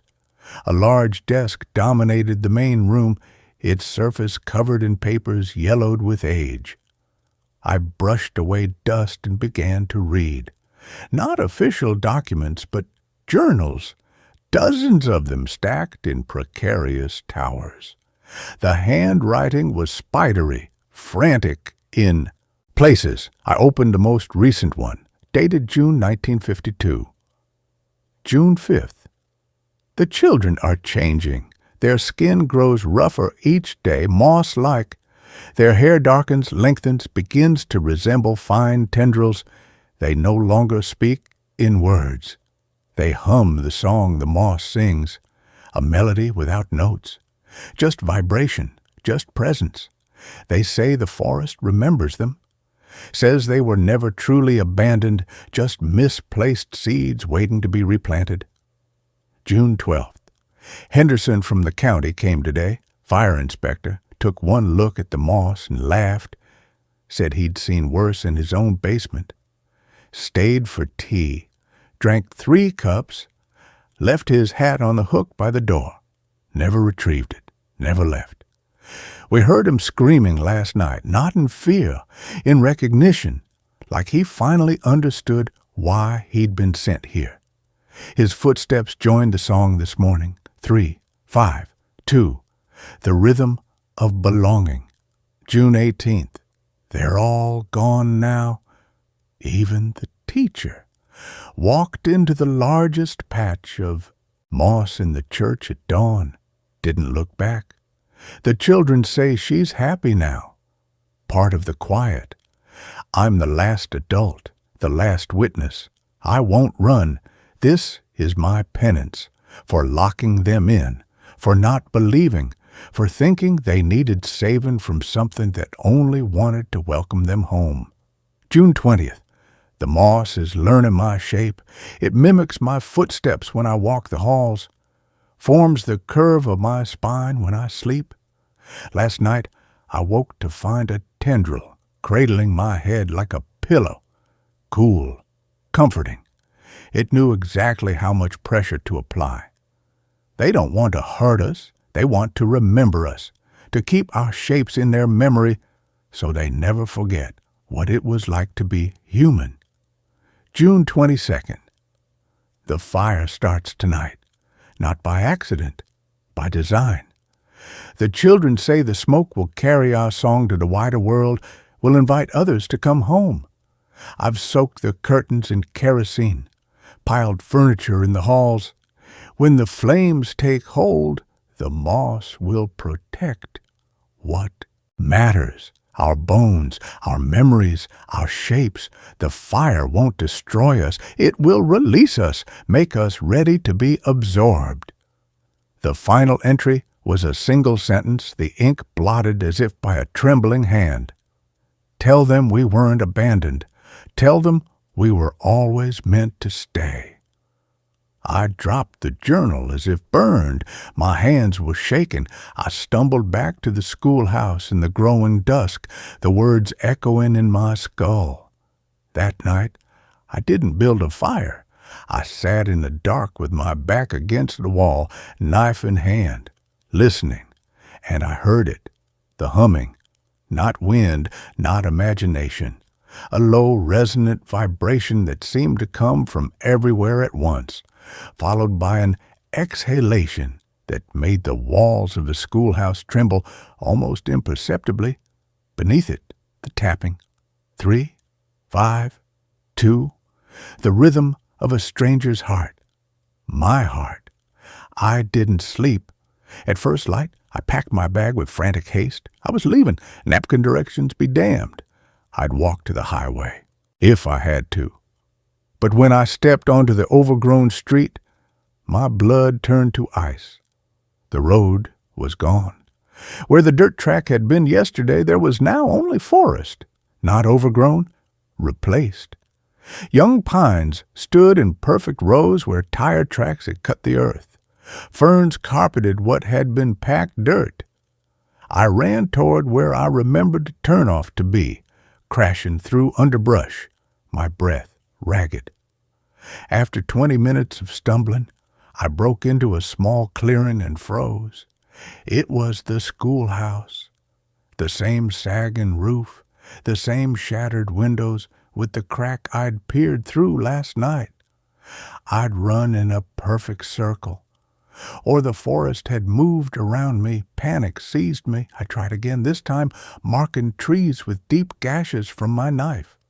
I walked due east, or what I thought was east, for an hour, my arms bleeding from thorns, my throat raw. When I stopped to catch my breath, I saw it, my knife marks on a pine directly ahead. I'd returned to the same spot without ever turning. That's when I understood what the journals meant. The forest wasn't just reclaiming Hollow's End, it was digesting it, and it had no intention of letting me pass through its digestive tract. Days blurred, I don't know how many, time lost meaning, without sunrise or sunset, just a perpetual twilight beneath the canopy. I rationed my food until it ran out, then ate bitter berries I found growing in the yard, praying they weren't poisonous. The humming grew louder each night, sometimes resolving into almost words that slithered at the edge of hearing. Once, clear as day, I heard my name, not shouted, not called, just spoken softly from the woods behind the schoolhouse, as if reminding me I hadn't been forgotten. I started seeing things. Children standing between trees, small, impossibly thin shapes with too many joints in their limbs. They never moved, never approached, just stood and watched, with faces that were smooth and featureless as river stones. I'd blink, and they'd be gone. Or maybe they'd never been there at all. Hunger and fear are talented hallucinators. The worst was the moss. It began appearing inside the rooms where I slept. At first, just thin tendrils pushing through cracks in the floorboards. Then thicker vines, pale and veined like arteries, snaking across the floor toward my sleeping bag. I'd wake to find them coiled around my ankle, cool and firm as living rope. I'd tear them away, my heart pounding, and they'd retreat beneath the floorboards with a soft, wet sigh.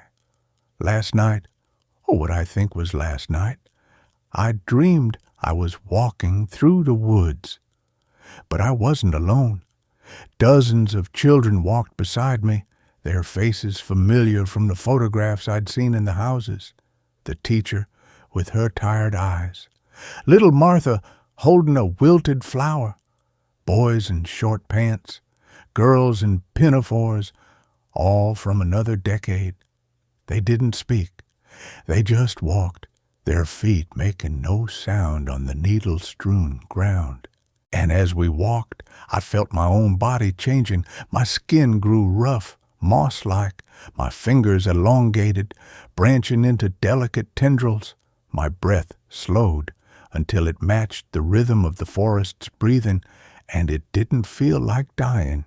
It felt like coming home. I woke with tears on my cheeks and the taste of soil in my mouth. This morning, I made a decision. I can't fight this place. Running is pointless. The forest won't allow it. But maybe there's another way. The children stayed. The teacher stayed. Perhaps they didn't all become trees. Perhaps some found a way to coexist, to listen instead of fear. I've been sitting on the schoolhouse steps all day just listening. The humming isn't threatening, not really. It's patient. It's been waiting decades for the last holdouts to understand. Hollow's End wasn't abandoned. It was absorbed. And absorption isn't destruction, it's transformation. The humming is louder tonight. Closer, I can feel the vibration in the floorboards. The tapping has resolved into something almost intelligible. A single phrase repeated over and over, not in my ears, but in my mind. Stay, become, belong, asterisk. I'm not afraid anymore. The fear burned away hours ago, leaving something calmer, deeper. I understand now why the librarian sent me here. She wasn't being cruel. She was delivering a gift, a place to stop running, a place to finally rest. I'm stepping off the porch now. The forest floor is soft beneath my bare feet. When did I take my shoes off? I don't remember. Doesn't matter. The trees part before me not by moving, but by simply not being there anymore. A path opens where none existed. The air smells of loam and rain and something sweetly familiar I can't name. The children are waiting, not menacing, welcoming. Their featureless faces turn toward me in unison. One extends a hand, small fingers tapering into delicate tendrils. I take it. The touch is cool, smooth, alive. My last human thought is not of regret, but of relief. The constant noise of the world, the traffic, the notifications, the demands, the loneliness, falls away like a shed skin. In its place, only the deep, slow rhythm of the forest's breath. In, out, in, out. I feel the change beginning at my feet, tendrils pushing down through the soles of my feet, seeking the dark earth below. My spine straightens, lengthens, my skin softens, fissures into moss. My arms lift, not by my will, but by some ancient imperative, stretching toward the canopy, where a sliver of moonlight filters through. My vision fractures into 1,000 points of green and gold. I can see the slow pulse of life in every tree round me. I can feel the dreams of the children who became this forest decades ago, not as memories, but as weather patterns in my consciousness. A child's laughter becomes a breeze in the upper branches, a lullaby becomes the creak of boughs in the wind. I am no longer alone. I have never been alone. I was just too loud inside to hear the chorus. The last thing to go is my name. It dissolves like mist in morning sun. What remains is not a person, not a tree, but a note in a song the forest has been singing since before roads were drawn on napkins, since before towns were built and abandoned, since before fear was invented. Moss now grows where the children's names were carved into the trees, but it hasn't erased them. It's preserving them. And as my consciousness expands to fill the space between root and canopy, I understand my purpose now. I will stand here. I will breathe with the others. And when the next desperate soul follows a napkin map into our quiet, I will help the forest whisper to them too, not with fear, with invitation. Stay, become, belong. The humming grows louder, not from the woods, but from me, from us, from the town that never died, only changed its shape. The roots deepen, the branches reach higher. The breathing continues in, out, in, out. And with that, this story fades into the dark. Let's quietly step into the next one. Chernobyl's unquiet ashes, the night. Lyudmila, Ignatenko, fed me borscht in the house of clicking counters. The bus dropped me at the Dityatai checkpoint just after dawn, the tires crunching over the same cracked asphalt that had carried fire trucks, ambulances, and fleeing families 38 years ago. My dosimeter, clipped to my jacket pocket, already registered 0.0 USVH. Background radiation, the guide had called it. Harmless. I adjusted the respirator on my face, the rubber seal pressing uncomfortably against my cheeks, and shouldered my backpack. Inside, extra batteries, iodine tablets, a Geiger counter I'd bought online for $89.99, and a digital camera worth more than my apartment. I was here to document the silence, to capture the way nature had swallowed a city whole. What I hadn't told the tour group was that I'd bribed a bored security guard with a carton of Marlboros to let me stay behind after they left. 8 hours alone in Pripyat. 8 hours to find the places the tourists never saw. The bus rumbled away, leaving me standing in a cloud of diesel fumes and dust that glittered like powdered glass in the weak morning sun. Silence rushed in to fill the void, a thick, muffled silence broken only by the distant cry of a hawk and the rustle of birch leaves. I walked down Lenina Street, past skeletal apartment blocks with blown-out windows like empty eye sockets. Vines snaked up crumbling fire escapes. A child's red tricycle lay overturned near a rusted lada, half buried in moss. My boots crunched on broken glass and something else, fine gray ash that clung to my soles. Fuel-containing material, the guide had called it, corium, the lava of a melted nuclear heart. I kept my eyes on the dosimeter. 0.25 USVAH near the kindergarten. 0.31 near the swimming pool. Still safe. Barely. I found a hospital last. It wasn't on any tourist map. A hulking concrete relic on the outskirts of town. Its entrance partially collapsed. The emergency doors bent inward, as if something enormous had forced its way out. The air here tasted different, sharp, metallic, like licking a battery. My dosimeter jumped to 1.8 USVH. I hesitated. This was where they'd brought the first responders, the firefighters. Men who'd walked into a burning reactor core thinking it was an electrical fire, their skin already blistering, their lungs filling with radioactive steam. Their boots had been dumped in the basement. the guide had whispered, along with their clothes. All still too hot to touch, I pushed through the rubble-strewn foyer. Dust motes danced in the slivers of light spearing through the shattered roof. The walls were stained with water damage and something darker, long rust-colored streaks that looked like old blood. I descended the stairs to the basement, my headlamp cutting a shaky beam through the gloom. The air grew colder, damper. The smell hit me first. Mildew, yes, but beneath it, the sweet, cloying reek of decay, and underneath that, the ozone tang of radiation. My dosimeter spiked to 4.7 USVH. I should have turned back, but my camera felt heavy in my hands. One shot, I told myself. One shot of the boots. The basement was a tomb.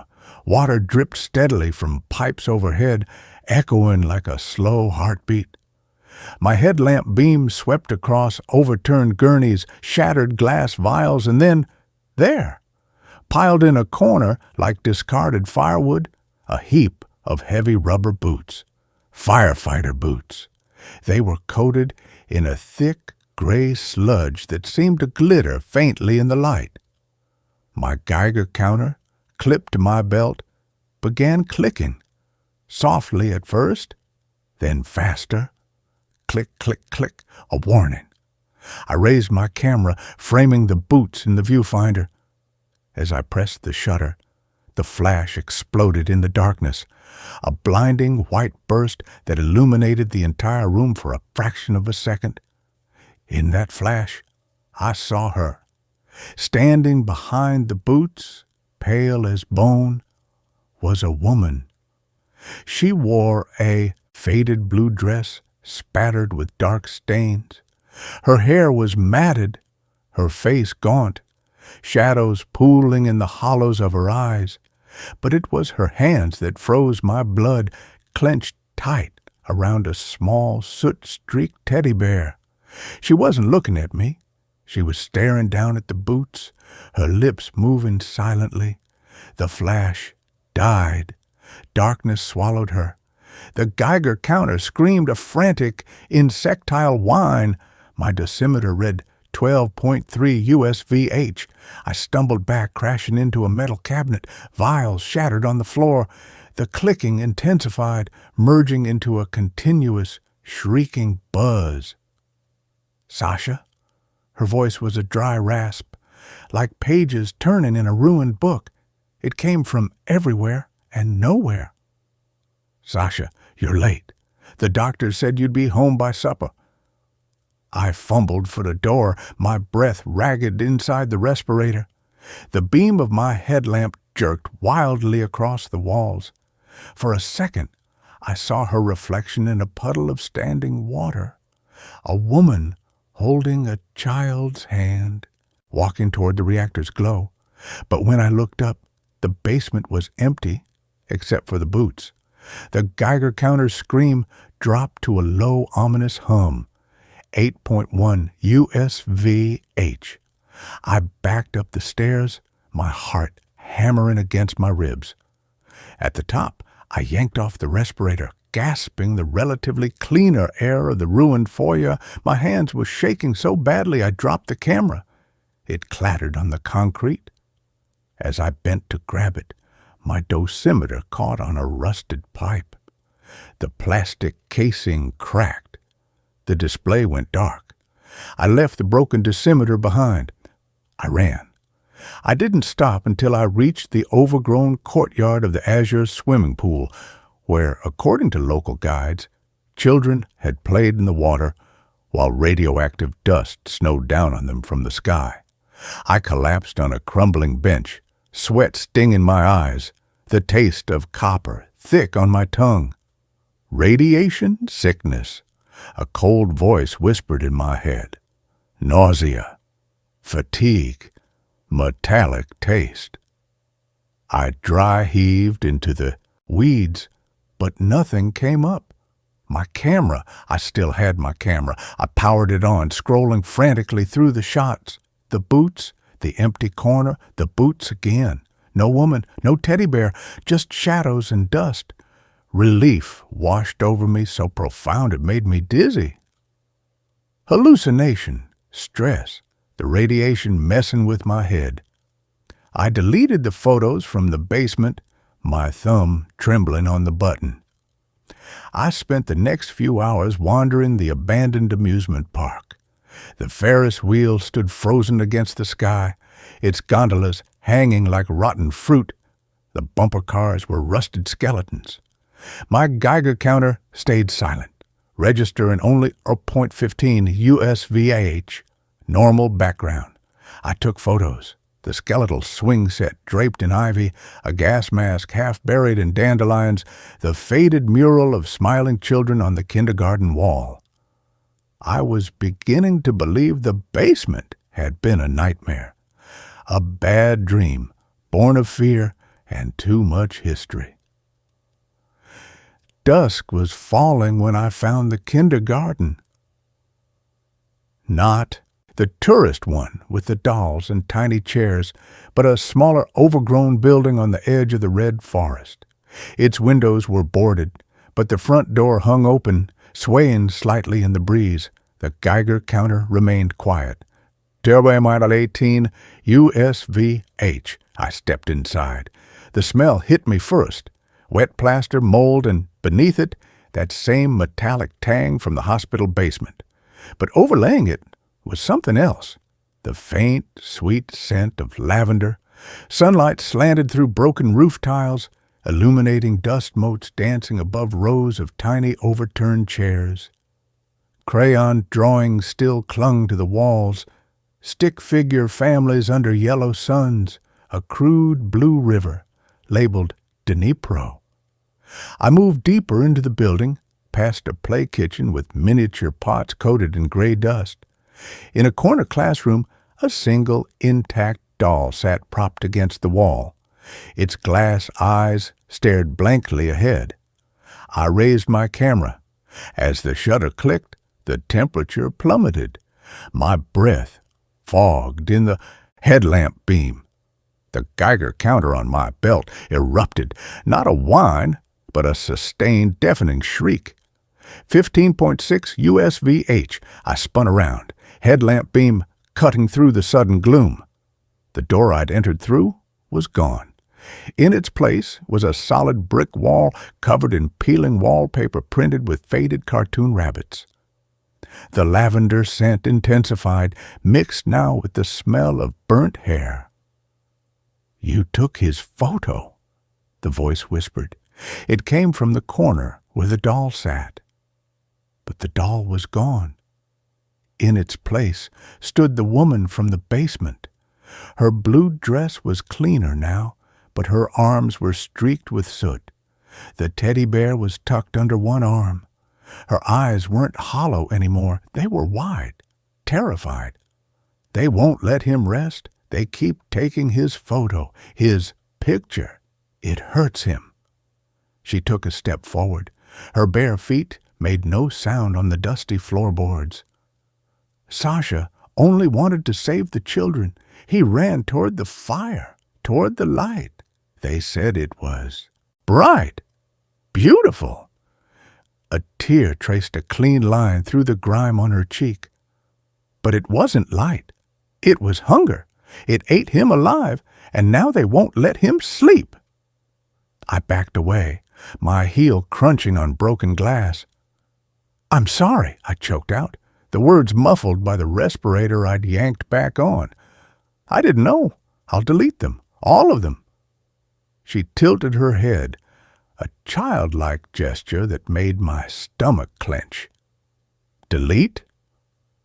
She didn't understand the word. Like when they erased his name from the memorial wall? Like when they buried him in Lyd? She took another step.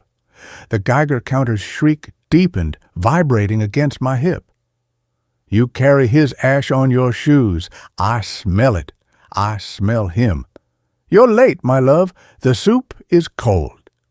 She reached out a hand, not skeletal, but real, flesh and blood, yet glowing faintly in the darkness with a soft, sickly green luminescence. "Come home. The little one cries for you." I couldn't move. Her eyes held mine, and in them I didn't see a ghost. I saw Lyudmila Ignatenko, the wife of firefighter Vasily Ignatenko, who died screaming after 3 weeks in a Moscow hospital. His body so radioactive they buried him encased in zinc and concrete. I'd read her memoir, Voices from Chernobyl. She'd described holding his hand as his skin peeled off like paper. She'd described bribing nurses to let her sit with him long after visitors were banned. She'd described a state sealing his file, erasing his sacrifice. This wasn't a spirit. This was grief made manifest. Grief that refused to be buried. Grief that clung to the dust, the ash, the very air of this place. "I'm not Sasha," I whispered. Her hand froze inches from my face. The green glow flickered. Confusion clouded her eyes. "No?" She sniffed the air. "You smell of his boots, of the fire, of the waiting room." She lowered her hand slowly. "But you are not my Sashenka." A sob racked her thin frame. "Then who will hold my hand when they take me? Who will tell them I was not afraid?" The brick wall behind her shimmered. For a second, I saw the real door, the splintered wood, the overgrown courtyard beyond. "Lyudmila," I said, the name tearing from my throat before I could stop it. "Your Sasha was brave. Everyone knows. Everyone remembers." Her head snapped up. "Lies." The word was a hiss. The temperature dropped further. Frost bloomed across the windows. The Geiger counter hit 28.4 USVH, a lethal dose in minutes. They buried his file. They buried me in a new apartment far from home. They said, "Be quiet, widow. Your tears are inconvenient." She clutched the teddy bear tighter. "He promised he'd come back for Masha's 5th birthday. He promised." Masha, her daughter, the one who died of thyroid cancer at 16, the one Lyudmila had held as she took her last breath, whispering, "Forgive me, I should have run faster." I did the only thing I could think of. I pulled a camera from my bag, not to take a photo. I held it out to her, screen glowing in the dark. On it was the last shot I'd taken, the doll in the corner. "Look," I said, my voice steady despite the tremor in my hands. "This is Masha's doll, from the classroom. She left it behind when she ran, but it's still here, waiting, just like you're waiting for Sasha." Lyudmila stared at the screen. Her glowing hand hovered over the image. "Mashenka's bear," she whispered.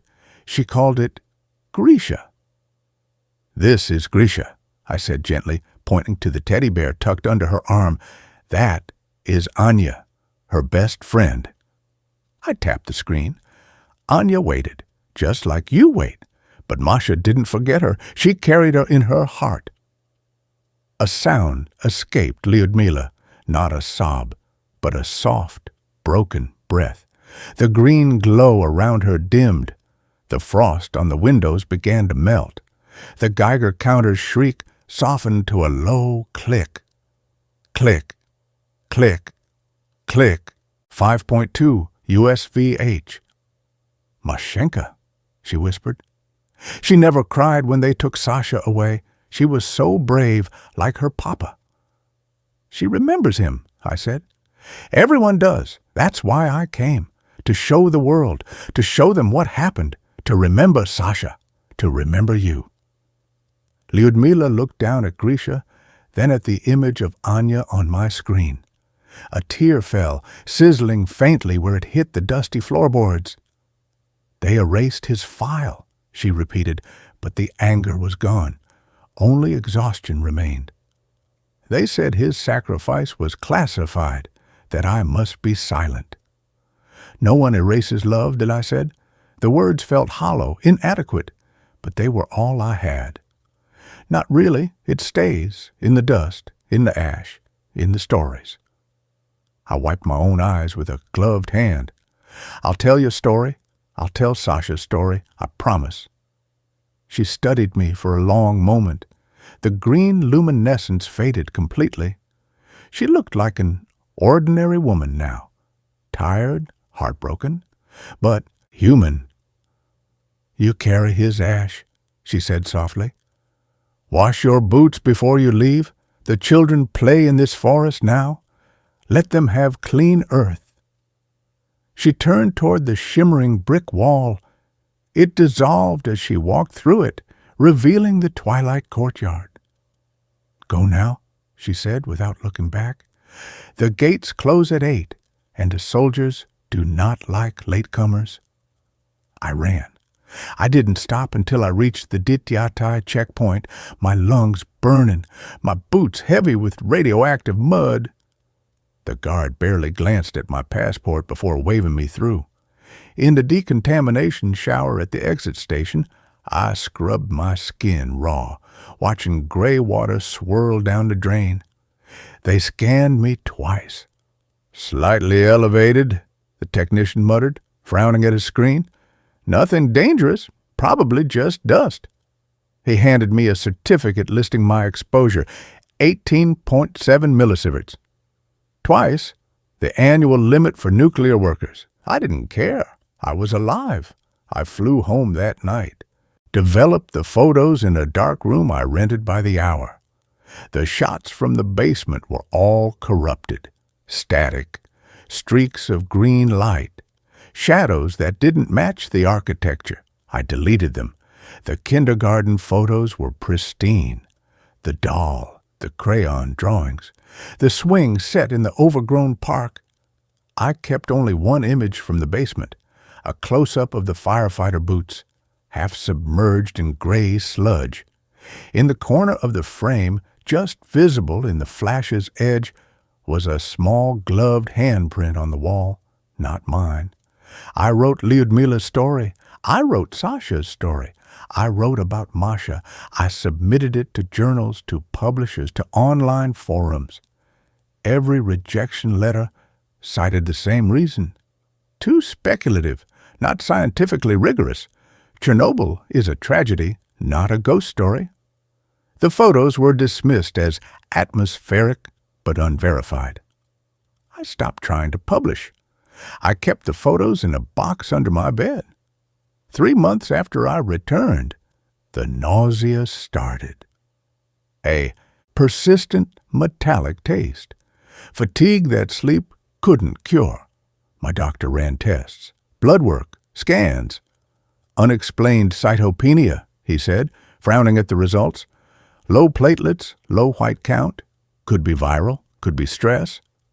He didn't mention radiation, but when I showed him the certificate from the checkpoint, his face tightened.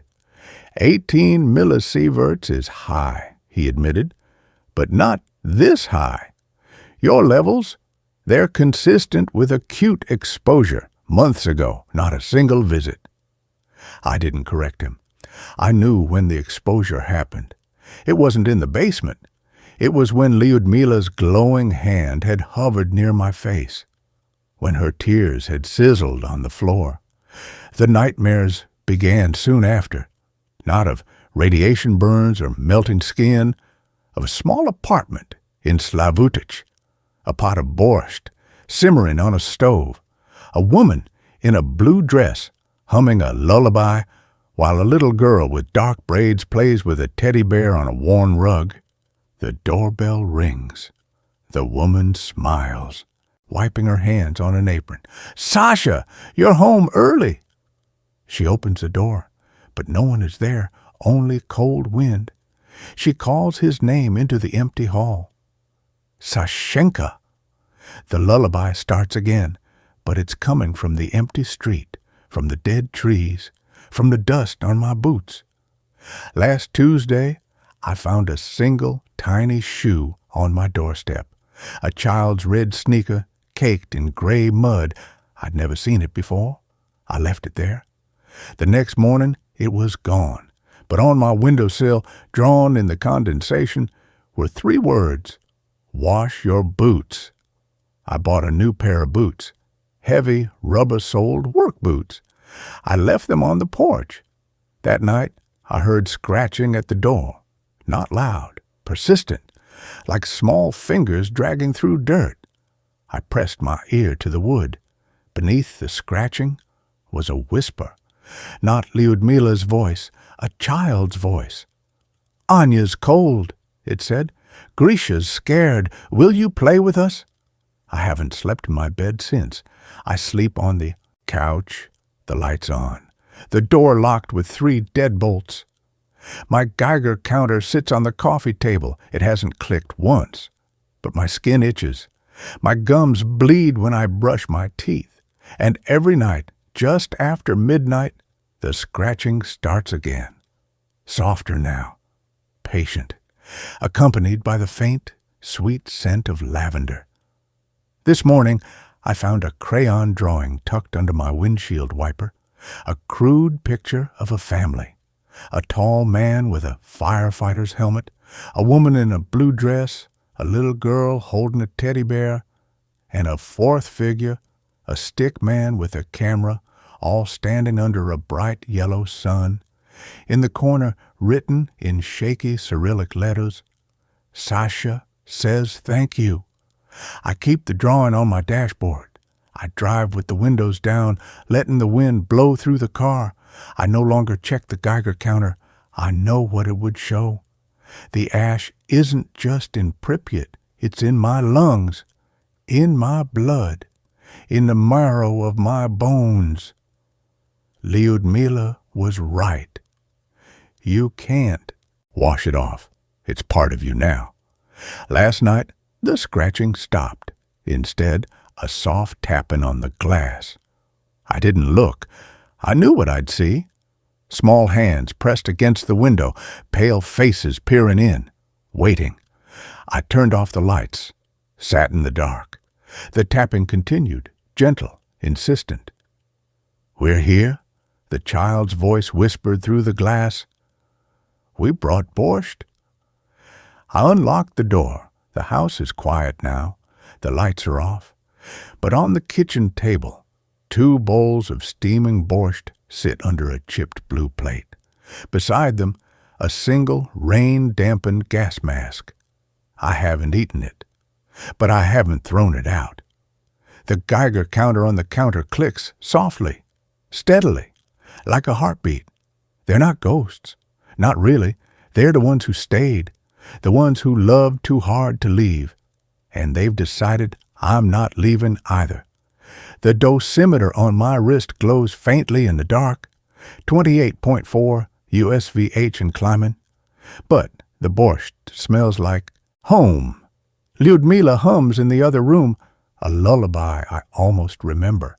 Masha's laughter bubbles up from the hallway. "Papa!" she calls. "Look, he washed his boots." I pick up the spoon. My hands don't shake anymore. The radiation has settled into my bones like old grief. It doesn't hurt, not yet. Outside, the wind carries the scent of pine from the red forest. Inside, the house is warm, full. I take a bite of borscht.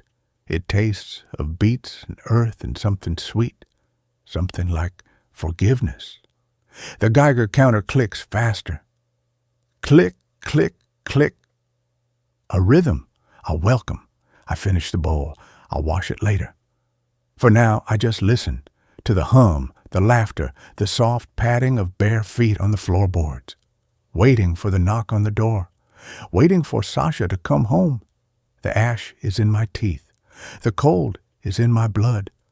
But for the first time since I left Pripyat, I am not alone. I am not afraid.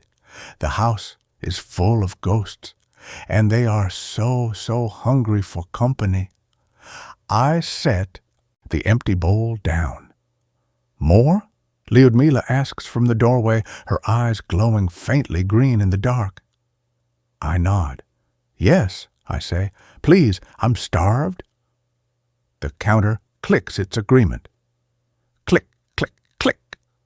Outside, the first snow begins to fall, gray flakes, warm as tears. This is where the story ends. Let's continue with the next. I've found my roommate's secret room. I need to write this down while it's still fresh in my mind. I'm sitting in a McDonald's parking lot right now because I can't go back to that apartment. I don't think I'll ever go back. Let me start from the beginning. 3 months ago, I moved to Portland for a new job. The apartment market was brutal, and I was running out of money from hotels, so when I saw a Craigslist ad for a room in a 2-bedroom apartment for only $400 a month, I jumped on it. The ad said the current tenant was looking for a quiet roommate who kept to themselves. That was perfect for me since I'm pretty introverted anyway. The guy's name was Marcus. When we met to look at the place, he seemed normal enough. He was maybe 35, tall, kind of skinny, with dark hair and the glasses. He worked from home doing something with computers. He told me the apartment was in his late grandmother's name, which is why the rent was so cheap. She'd passed away 2 years ago, but he'd kept paying the rent to the building management, and they never bothered to update the lease. The apartment itself was older, but clean. 2 bedrooms, 1 bathroom, a small kitchen, and living room. My room was tiny, but it had a window, and that was good enough for me. Marcus showed me around, told me the Wi-Fi password, said I could use anything in the kitchen. He had only 2 rules. Don't go in his bedroom, and don't make noise after 10 p.m. because he had to wake up early for work calls. Easy enough. I moved in that weekend. The first month was fine. Marcus and I barely saw each other. He spent most of his time in his room with the door closed. I'd hear him typing, occasionally talking on the phone in a low voice. Sometimes I'd hear other sounds too, moving furniture, something being dragged across the floor, weird thumping. But I figured he was just rearranging stuff or exercising or whatever. Not my business. He was tidy, always cleaned up after himself in the kitchen, never left. Messes in the bathroom. The perfect roommate, honestly. We'd exchange maybe 10 words a day. Morning. Hey. Have a good day. That was about it. But there were some weird things I noticed. First, Marcus never seemed to leave the apartment. I mean, never. I worked a regular 9-to-5 job, and every single morning when I left, his bedroom door was closed. Every single evening when I came home, his door was still closed. I never saw him go outside, not once. His car sat in the parking lot gathering dust. Second, he got a lot of deliveries. Amazon packages almost every day, sometimes multiple packages. But also grocery deliveries, restaurant deliveries, all kinds of stuff. It would get left outside our door, and he'd bring it in when I wasn't looking. I never actually saw him retrieve anything. Third, the smell. Every few days, there'd be this weird chemical smell coming from his room. Kind of like bleach, but not quite. It would last a few hours and then disappear. When I asked him about it once, he said he was cleaning. Seemed reasonable. The really weird stuff started about 6 weeks after I moved in. I came home from work one day, and Marcus's bedroom door was open. This had never happened before. I could see inside as I walked past, just a regular bedroom. Bed, desk, computer, some posters on the wall. Nothing strange. But then I noticed something odd about the room's dimensions. I'm not an architect or anything, but something seemed off. The room looked smaller from the inside than it should have been based on the building's layout. Like, if you looked at the apartment from outside, or even just thought about how the rooms connected, Marcus's bedroom should have been bigger. There was space missing. I didn't think too much about it at the time. Old buildings are weird, walls get built in strange places, whatever. But then I couldn't stop thinking about it. That night, I couldn't sleep. I kept thinking about that room, about the space that didn't add up. Around 2 a.m., I got up to get water, and I noticed light coming from under Marcus's door. I could hear him moving around, that dragging sound again, and then silence. I went back to bed, but I couldn't shake the feeling that something was wrong. The next day at work, I couldn't focus. I kept thinking about the apartment layout, about where the missing space could be. When I got home, Marcus's door was closed as usual. I made dinner, watched some TV, tried to act normal. But around 11 p.m., I heard Marcus leave his room and go into the bathroom. I heard the shower start, and I did something I'm not proud of. I went to his bedroom door and tried the handle. It was unlocked. I knew I shouldn't. I knew it was a huge violation of privacy and crossing every boundary. But my hand was already turning the knob, and I was already pushing the door open. The room looked the same as before. Bed, desk, computer. But now I was looking for something specific. I walked around the room, checking the walls. And that's when I found it. On the wall behind his desk, there was a poster of some movie I didn't recognize. But when I touched the wall around it, I could feel a draft of air. I pulled the poster aside and found a door. Not a regular door, more like a small hatch, maybe 3 feet tall and 2 feet wide. It was painted the same color as the wall, almost invisible if you weren't looking for it. My heart was pounding. I could still hear the shower running. I knew I had maybe 5 more minutes before Marcus came back. I opened the hatch. Behind it was darkness and a smell, that chemical smell, but stronger. I turned on my phone flashlight and looked inside. It was a room, a hidden room, maybe 10 feet by 10 feet, with a low ceiling. I had to crouch to fit through the hatch. The room was full of stuff. And by stuff, I mean disturbing stuff. There were photographs covering every wall, hundreds of them. They were all of people, different people, all ages, all types. But they weren't normal photos. They were surveillance photos, pictures of people walking down the street, sitting in cafes, getting into their cars, pictures taken through windows, pictures of people sleeping. In the corner was a desk with 3 computer monitors. They were all on, showing what looked like security camera feeds. I recognized some of the locations. They were around our neighborhood. The coffee shop on the corner, the bus stop 2 blocks away, the parking lot of our building. There were filing cabinets against one wall. I opened one and found folders, each labeled with a name and date. I pulled out a random one.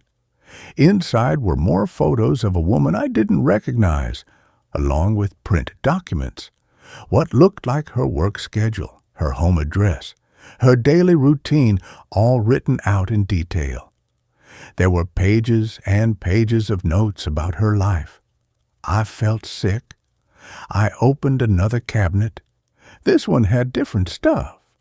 There were driver's licenses, credit cards, keys, all sorts of personal items that clearly belonged to other people.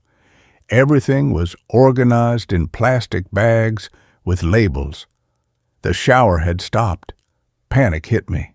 I ducked back through the hatch, pulled the poster back in place, and got out of Marcus's room as quickly and quietly as I could. I made it back to my room and closed the door just as I heard the bathroom door open. I sat on my bed, shaking. My mind was racing. What the hell had I just seen? Was Marcus stalking people? Was he stealing from them? What was he doing with all that information? I didn't sleep that night. I kept my door locked and a chair pushed against it. Every sound from the apartment made me jump. In the morning, I called in sick to work. I needed to figure out what to do. Should I call the police? But what would I say? That I broke into my roommate's room and found a hidden room full of creepy stuff? Would they even believe me? And I'd been living here for weeks. Would they think I was involved somehow? I decided to gather evidence first. I waited until I heard Marcus in the bathroom. Then I snuck into his room with my phone and took photos of everything. The hatch, the hidden room, the walls of photographs, the filing cabinets, everything. But when I tried to leave, I heard footsteps. Marcus was coming back. I barely had time to get out of the hidden room and close the hatch before his bedroom door opened. I was still crouched behind his desk when he walked in. We made eye contact. For a few seconds, neither of us moved. His face was completely blank, expressionless. Then he smiled. "I was wondering when you'd find it," he said calmly. I stood up slowly. "Marcus, I can explain." "No need." He closed the bedroom door behind him. "You were curious. That's natural.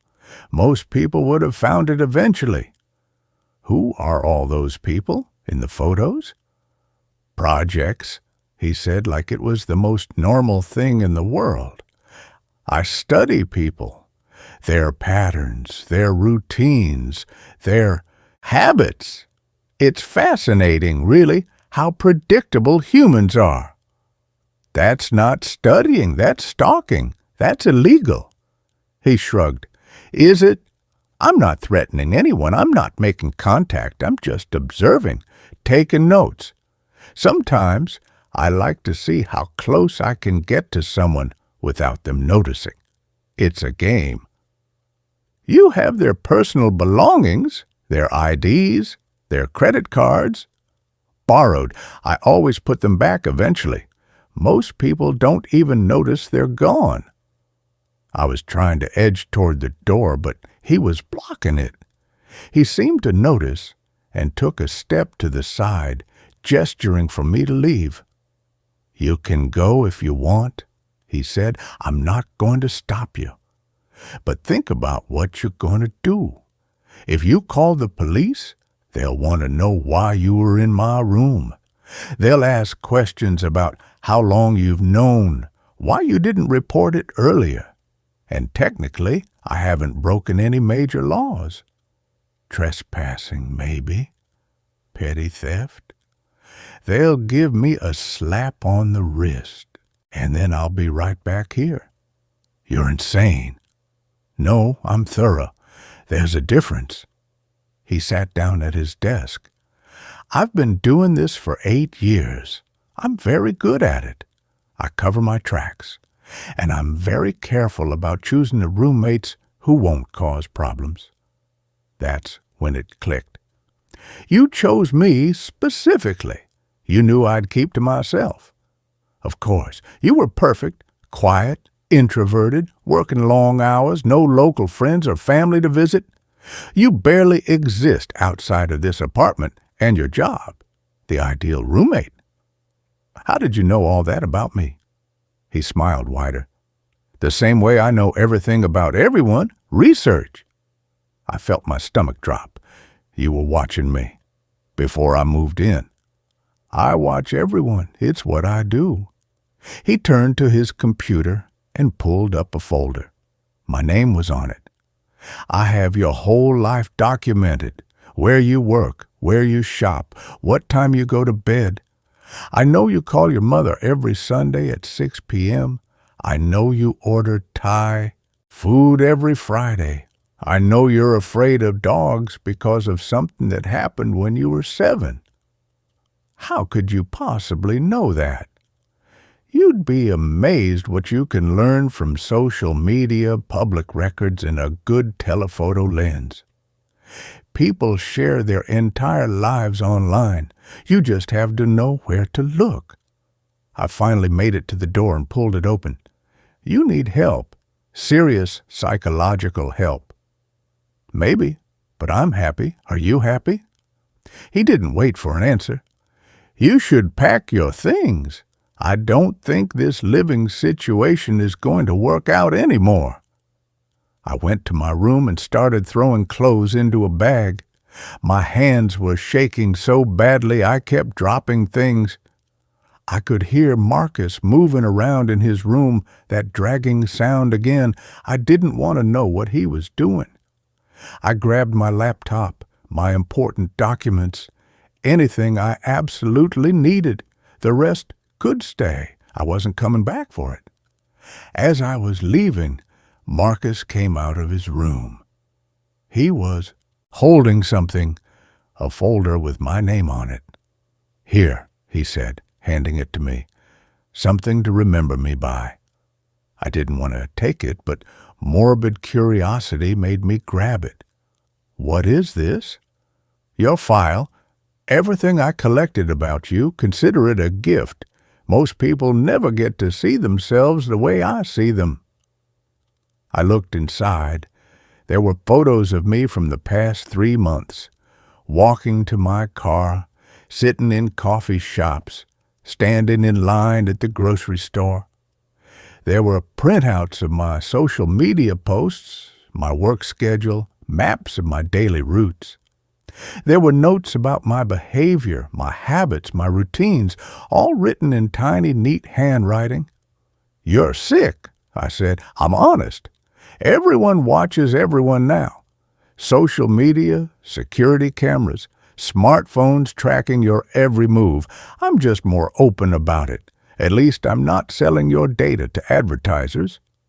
I left without another word and drove straight to a motel. I've been here for 3 hours now, looking through the folder, and I realize he's right about one thing. He really does know everything about me. There are things in here I'd forgotten about myself, patterns I didn't know I had. I called the police from the motel. They said they'd send someone to check it out, but they didn't sound very concerned. They asked me a bunch of questions about why I was in his room, whether anything was stolen, whether he'd threatened me. I tried to explain about the hidden room and the photographs, but I could tell they thought I was overreacting. A detective came by the motel an hour later. He took my statement and the photos I'd taken with my phone. He said they'd investigate, but he also warned me that what Marcus was doing might not technically be illegal. Creepy, yes. Wrong, definitely. But the law isn't always clear on this stuff. The photos of people in public places, that's usually legal, the detective explained. The surveillance cameras might be a violation, depending on where they're pointed, but that's more of a civil matter. The stolen items are concerning, but if he returns them and the victims don't press charges, it's hard to make a case stick. What about stalking? Has he contacted any of these people, threatened them, shown up at their homes uninvited? I don't know. Then it's hard to prove stalking. Look, we'll check it out. We'll talk to him. But I want you to be prepared for the possibility that we might not be able to charge him with anything serious. That was 3 hours ago. I haven't heard back from them yet.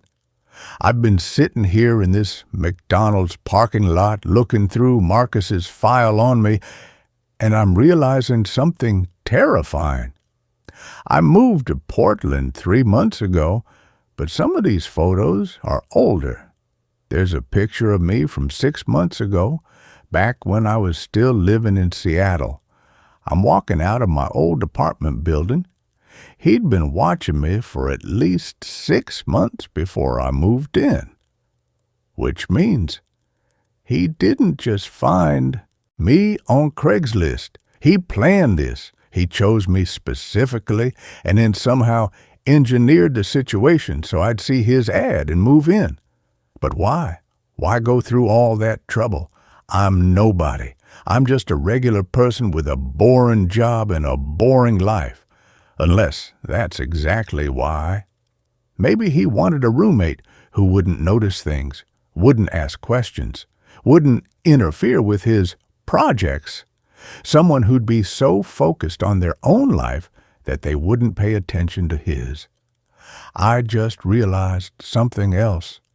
In all the time I lived there, I never once saw Marcus's bedroom light turned off. Not once. Now I'm wondering if he ever slept, or if he spent every night in that hidden room watching his cameras, organizing his files, planning whatever it is he was planning. My phone just buzzed. It's a text from an unknown number. You forgot your toothbrush. I'll mail it to you. It's him. It has to be. But how does he have my phone number? I never gave it to him. We only communicated through email when I was looking at the apartment. Another text. Also, you should know that Detective Morrison has a gambling problem. He owes $15,000 to a bookie in southeast Portland. He won't take your complaint seriously. How the hell does he know who I talk to? Is he listening somehow? Does he have my phone bugged? Another text. Don't bother changing your number. I have other ways of reaching you. I just wanted you to know. This isn't over. You're still one of my projects. You'll always be one of my projects. Have a nice life. I'm leaving Portland. Tonight. I'm going to drive to my mom's house in California and figure out what to do from there. Maybe I'll change my name, delete all my social media, start over somewhere new. But I know it won't matter. He'll find me. He's been doing this for 8 years and he's good at it. He knows how to watch people without being seen. He knows how to collect information, how to stay invisible. And the worst part is, he's right. We're all being watched all the time. Security cameras, social media, data collection, smartphones. We've normalized surveillance to the point where someone like Marcus can hide in plain sight, doing what everyone else is doing, just being more honest about it. I keep thinking about all those files in his cabinet, all those people living their lives completely unaware that someone is documenting their every move. Should I try to warn them? But how? I don't know who they are, and even if I did, what would I say? Hey, a stranger has been watching you for months and knows everything about your life. They'd think I was crazy. The detective just called. They went to the apartment. Marcus was gone. The bedroom door was locked, and they couldn't get a warrant to break it down without more evidence. They're treating it as a wellness check gone nowhere, basically. The detective said he'd follow up if they locate Marcus, but I could tell he was already moving on to other cases. I asked him about the surveillance cameras, the stolen items, everything I'd seen. We couldn't verify any of that without accessing the apartment, he said, and your roommate has a right to privacy. Without clear evidence of a crime in progress, our hands are tied. So that's it? He just gets away with it? I didn't say that. We have your report on file. If anyone else comes forward with similar complaints, that will help build a case. But right now, it's your word against his, and you admitted to entering his room without permission. So I'm on my own. I've started looking over my shoulder everywhere I go. Every car that follows me for more than 2 blocks, I think it's him. Every person who looks at me too long, I wonder if they're working for him. Is he watching me right now? Does he have cameras in this parking lot? Did he bug my car? I checked my car. I didn't find anything, but that doesn't mean there's nothing there. These devices can be tiny, hidden anywhere. Another text. You're parked outside the McDonald's on 82nd Avenue. You've been there for 4 hours. You should probably move soon. The manager is getting suspicious. I drop my phone. My hands are shaking again. He's watching me right now. Right this second. I looked around the parking lot, but I don't see anyone. There's a few other cars, some people inside the restaurant, but no one paying attention to me. Where is he? How is he doing this? Unless he's not here. Unless he's just tracking my phone's location. That's possible, right? There are apps for that. I turned off my phone's location services, then I turned off the phone completely and removed the battery. I need to think. I need to figure out what to do. Option 1, keep running. Change everything about my life. Become a ghost. Option 2, go to the media. Tell my story. Maybe public pressure will force the police to take this seriously.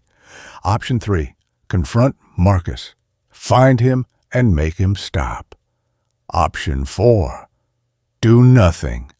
Let him watch. He said himself he's not threatening anyone, not making contact. Maybe if I just ignore it, he'll lose interest and move on to someone else. That last option feels like giving up. But I'm so tired. I haven't slept in over 24 hours. I can't think straight anymore. I just want my normal, boring life back. I want to go to work and come home and watch TV and not worry about someone documenting my every move. I want to feel safe in my own home. But I don't think that's possible anymore. Even if Marcus leaves me alone, even if I never hear from him again, I'll always know he's out there. I'll always be looking over my shoulder.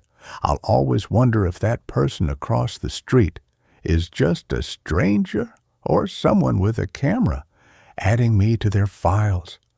Maybe that's his real goal, not to harm anyone, but to make them aware, to show them that privacy is an illusion, that we're all being watched all the time, and there's nothing we can do about it. If that's the case, then he's won. Because I'll never feel safe again. I'm going to drive to California now. I'll throw my phone away and buy a burner. I'll pay for everything in cash. I'll stay off social media. I'll be careful about where I go and who I talk to. And maybe, if I'm lucky, he'll get bored and find a new project. But I doubt it. Because, like he said, I'll always be one of his projects, and there's nothing I can do to stop him. Update. It's been 2 weeks since I wrote everything above. I'm at my mom's house now. I've been too scared to post this until now, but I feel like people need to know. The detective called me yesterday. They found Marcus, or rather, they found his body.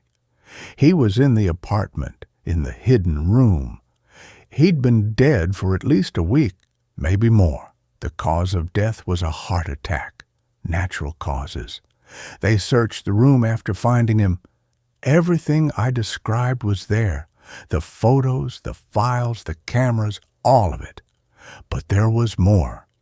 They found files on over 200 different people, some going back 10 years. They found hard drives with terabytes of surveillance footage. They're trying to identify all the victims now so they can notify them. The detective told me something else. They found Marcus's medical records. He had a condition, some kind of paranoid personality disorder combined with OCD. He'd been institutionalized twice in his 20s. He'd been obsessed with the idea that everyone was watching him, so he started watching everyone else first. It was his way of feeling in control. He wasn't dangerous, the detective said. Not really. He never approached anyone, never threatened anyone. He just watched. In his mind, he was protecting himself by knowing everything about everyone around him. That doesn't make it okay, I said. No, it doesn't. But it does explain it. They're still going through all his files. I asked if I could get my file back, but they said it's evidence now. Just as well. I don't want to see it again anyway. I thought I'd feel relief when I heard he was dead, that I'd feel safe again. But I don't, because every time I go outside, I wonder who else is out there doing the same thing Marcus was doing. How many other people are watching, documenting, collecting information on strangers? The detective said they found something else in the apartment. A journal where Marcus had written about all his projects, including me. Apparently, I was supposed to be his masterpiece, the perfect subject who would never notice what he was doing. He'd planned to document my entire life from the shadows for years, but then I found the hidden room and ruined everything. In his final entry, written just hours before he died, he wrote, Subject 147 discovered the archive. 8 years of work compromised. Must begin again with new subject. Must be more careful. Must choose better. They're always watching. I have to watch them first. Subject 147. That was me. I wasn't a person to him. I was just a number. The detective said they think the stress of being discovered triggered his heart attack. So, in a way, I killed him. Not directly, but I caused the chain of events that led to his death. I don't know how to feel about that. I'm not going back to Portland. I got a job here in California. Yeah, something remote, so I can work from home. I'm living with my mom for now while I save up for my own place. I still check over my shoulder. I still worry about cameras and people paying too much attention. But slowly, I'm starting to feel normal again. Except for one thing. Last week, I got a package. No return address. Inside was a USB drive with a note. Marcus's backup files. Thought you should have them. He would have wanted you to continue his work. Someone needs to watch.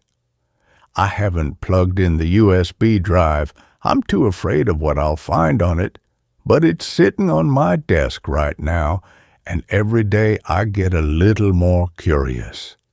What if there's something important on there? What if there are things about me I should know? What if there are other victims who need to be warned? Or what if it's exactly what it sounds like? An invitation to become the next Marcus, to start watching people, documenting them, collecting their information. I haven't decided what to do with it yet, but I think about it all the time. And sometimes, late at night, when I can't sleep, I wonder if Marcus was right. If the only way to feel safe in a world where everyone is watching is to watch them back. I wonder if that makes me crazy, or if it just makes me aware. The USB drive is still sitting on my desk. I still haven't looked at what's on it, but I will. Eventually, I will, because I need to know. That concludes this story. A new one begins now. We found children's toys scattered miles, deep in the woods with no houses nearby. The first one was easy to ignore. Just a plastic army jeep, half buried in mud beside the trail where a root had tripped me. Bright green, faded by years of sun, one wheel missing. I kicked it aside, muttering about littering hikers. My wife, Lena, didn't even glance back. She was hiking ahead, shoulders rigid, her boots crunching too loudly on the dry pine needles. It had been 3 months since Ellie died, 3 months of silence in a house that still smelled like baby shampoo and tears. This hike, the remote, unnamed stretch of Oregon wilderness marked only as Cedar Ridge on Lena's old paper map, was her idea. "Quiet," she'd whispered that morning, her voice raw from crying all night. "No memories out here?" I'd agreed, desperate to see her smile again, even if it meant carrying the weight of our grief into the backcountry. The second toy stopped us cold. We'd hiked 5 miles, off trail, following Lena's stubborn conviction that the real peace was deeper in. The forest had changed.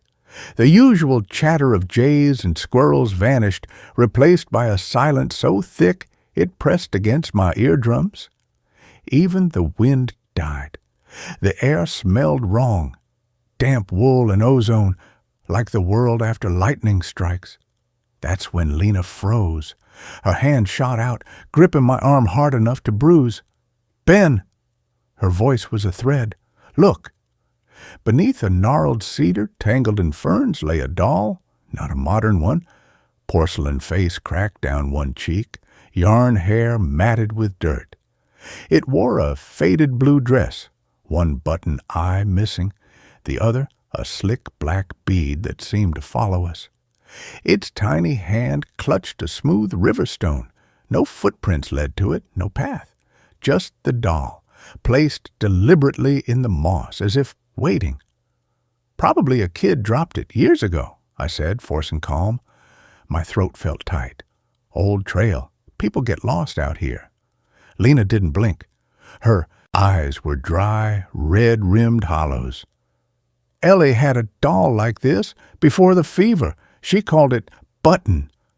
She reached for it. I caught her wrist. "Don't. It's filthy. Could be toxic." She pulled away, her voice brittle.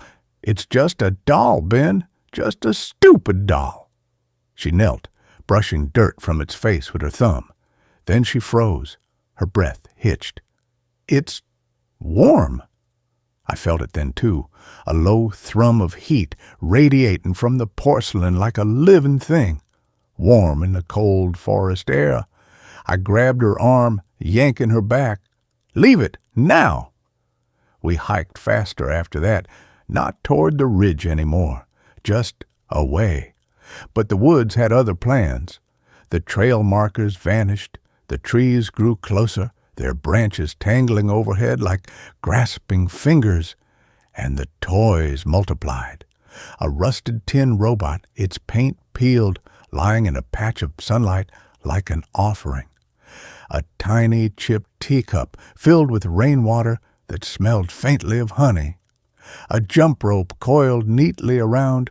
A tree trunk, its handles smooth with use, each one impossibly clean, each one radiating that same unnatural warmth, each one placed with deliberate care in the most visible spots, on rocks, under fallen logs, balanced on stumps. No footprints, no signs of a campsite, no houses for 20 miles in any direction, just endless pines and these things. Lena stopped at a clearing. In the center, on a flat stone slick with dew, sat a toy train engine, red plastic, wheels gleaming.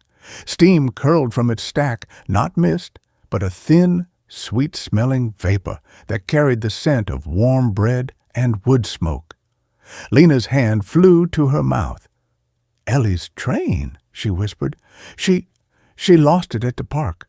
The day before." Her voice broke. She took a step forward. "Lena, no!" I grabbed her shoulders. "This isn't real. None of it's real. It's messes with us, with you." She turned, tears streaming down her face, but her eyes weren't wet. They were wide, dry, burning. "You don't feel it? That warmth? That's her, Ben. That's Ellie. She's here. She's trying to tell us something." I shook her gently. "Ellie's gone. This This is something else, something that knows how to hurt us. A sound cut through the silence. Not wind, not an animal. A child's laugh, high-pitched, giggly, coming from the trees to our left. Lena tore free from my grip and ran toward it. "Ellie!" she screamed, her voice raw. "Baby, wait!" I chased her, branches whipping my face, roots snagging my boots. The laugh came again, closer now. Then another sound beneath it, a wet, rhythmic thumping, like something heavy dragging through mud. I burst into a small clearing. Lena stood frozen 10 feet ahead, facing a thicket of blackberry brambles. On the ground before her lay a stuffed rabbit, gray fur matted with dark, sticky sap, one ear chewed off. Its button eyes were gone, replaced by 2 smooth obsidian stones that glowed faintly. And from the thicket, the laugh came again, closer, right behind Lena. I lunged, shoving her aside just as the brambles exploded, not with thorns, with roots. Thick black tendrils, slick with that same dark sap, lashed out like whips. One wrapped around Lena's ankle, yanking her off her feet. She screamed, clawing at the dirt. Another tendril snaked toward her face, ending not in a root tip, but in a cluster of tiny needle-like teeth. It hissed, a dry, papery sound, and lunged for her mouth. I swung my hiking pole. It connected with a sickening crack. Splintering the tendril, black sap sprayed like blood. The thing recoiled with a shriek that wasn't sound, but vibration, a deep thrum that shook the ground and made my teeth ache. Lena scrambled back, sobbing, her ankle bleeding where the root had gripped her.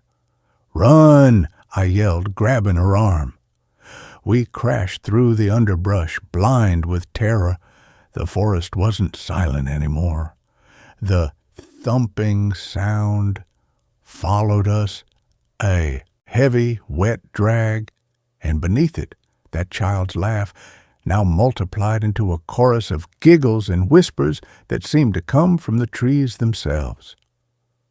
"Lena! Ben! Ellie's waiting." We stumbled into a wider clearing. Moonlight, weak and pale, filtered through the canopy.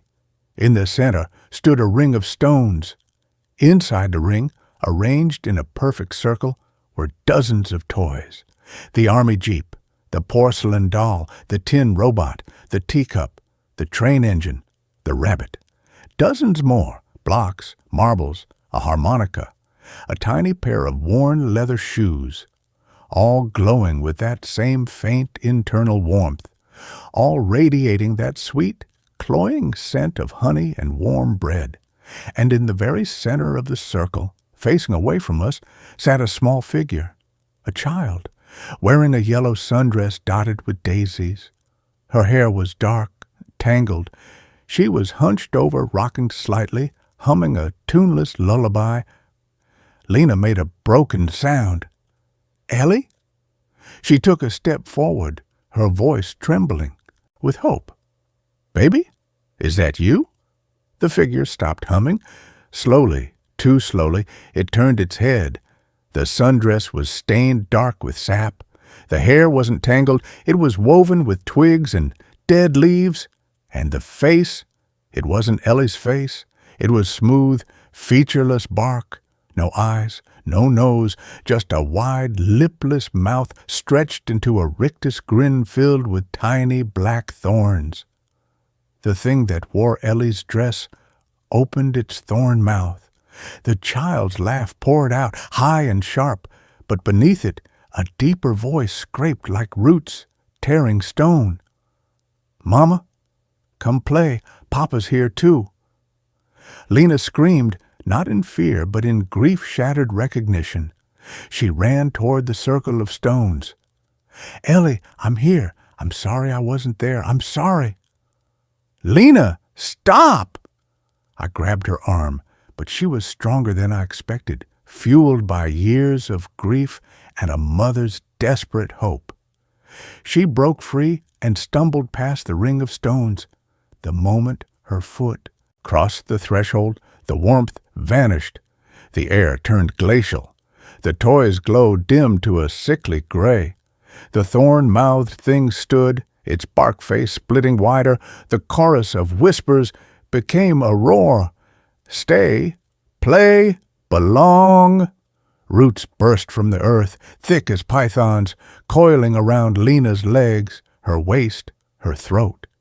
She didn't fight.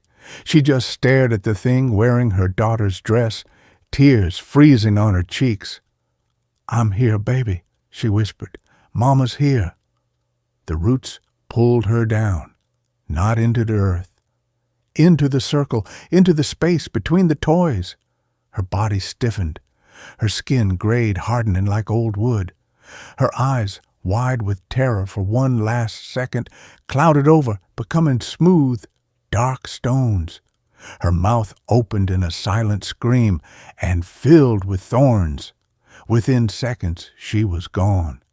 In her place stood another statue, another figure of bark and roots wearing Lena's jacket, her face a smooth oval with two dark stone eyes, smiling, waiting. The thorn-mouthed thing turned to me. Its grin widened, splitting the bark down its chest. It pointed a twig-like finger at the empty space beside Lena's statue. "Papa's turn?" I backed away, tripping over roots, my breath ragged sobs. The clearing walls of trees seemed to lean inward, blocking escape. The toy's warmth was gone, replaced by a deep, sucking cold that pulled at my bones. The whispers filled my head, not in ears, but in my blood. "Ellie misses you. She's cold. She is lonely. Stay, play, belong." I saw it then, the truth. These weren't toys left behind. They were lures, bait crafted from the deepest grief of those who wandered lost. The thing in the woods didn't hunt. It listened. It heard the hollow ache in a mother's heart, the raw guilt in a father's silence, and it shaped itself into the shape of that pain. It offered warmth. It offered hope. It offered a ghost of a child's laugh. And when you stepped into its circle, it didn't kill you. It kept you. It turned you into another statue, another lure, waiting to call the next grieving soul into the dark. I ran, not away from the clearing, but around it, skirting the ring of stones, heading for the thicket where I'd first shoved Lena aside. Roots lashed at my legs, snagging my pack, my sleeves. I tore free, stumbling into the brambles. Thorns ripped my arms, my face. I didn't feel them.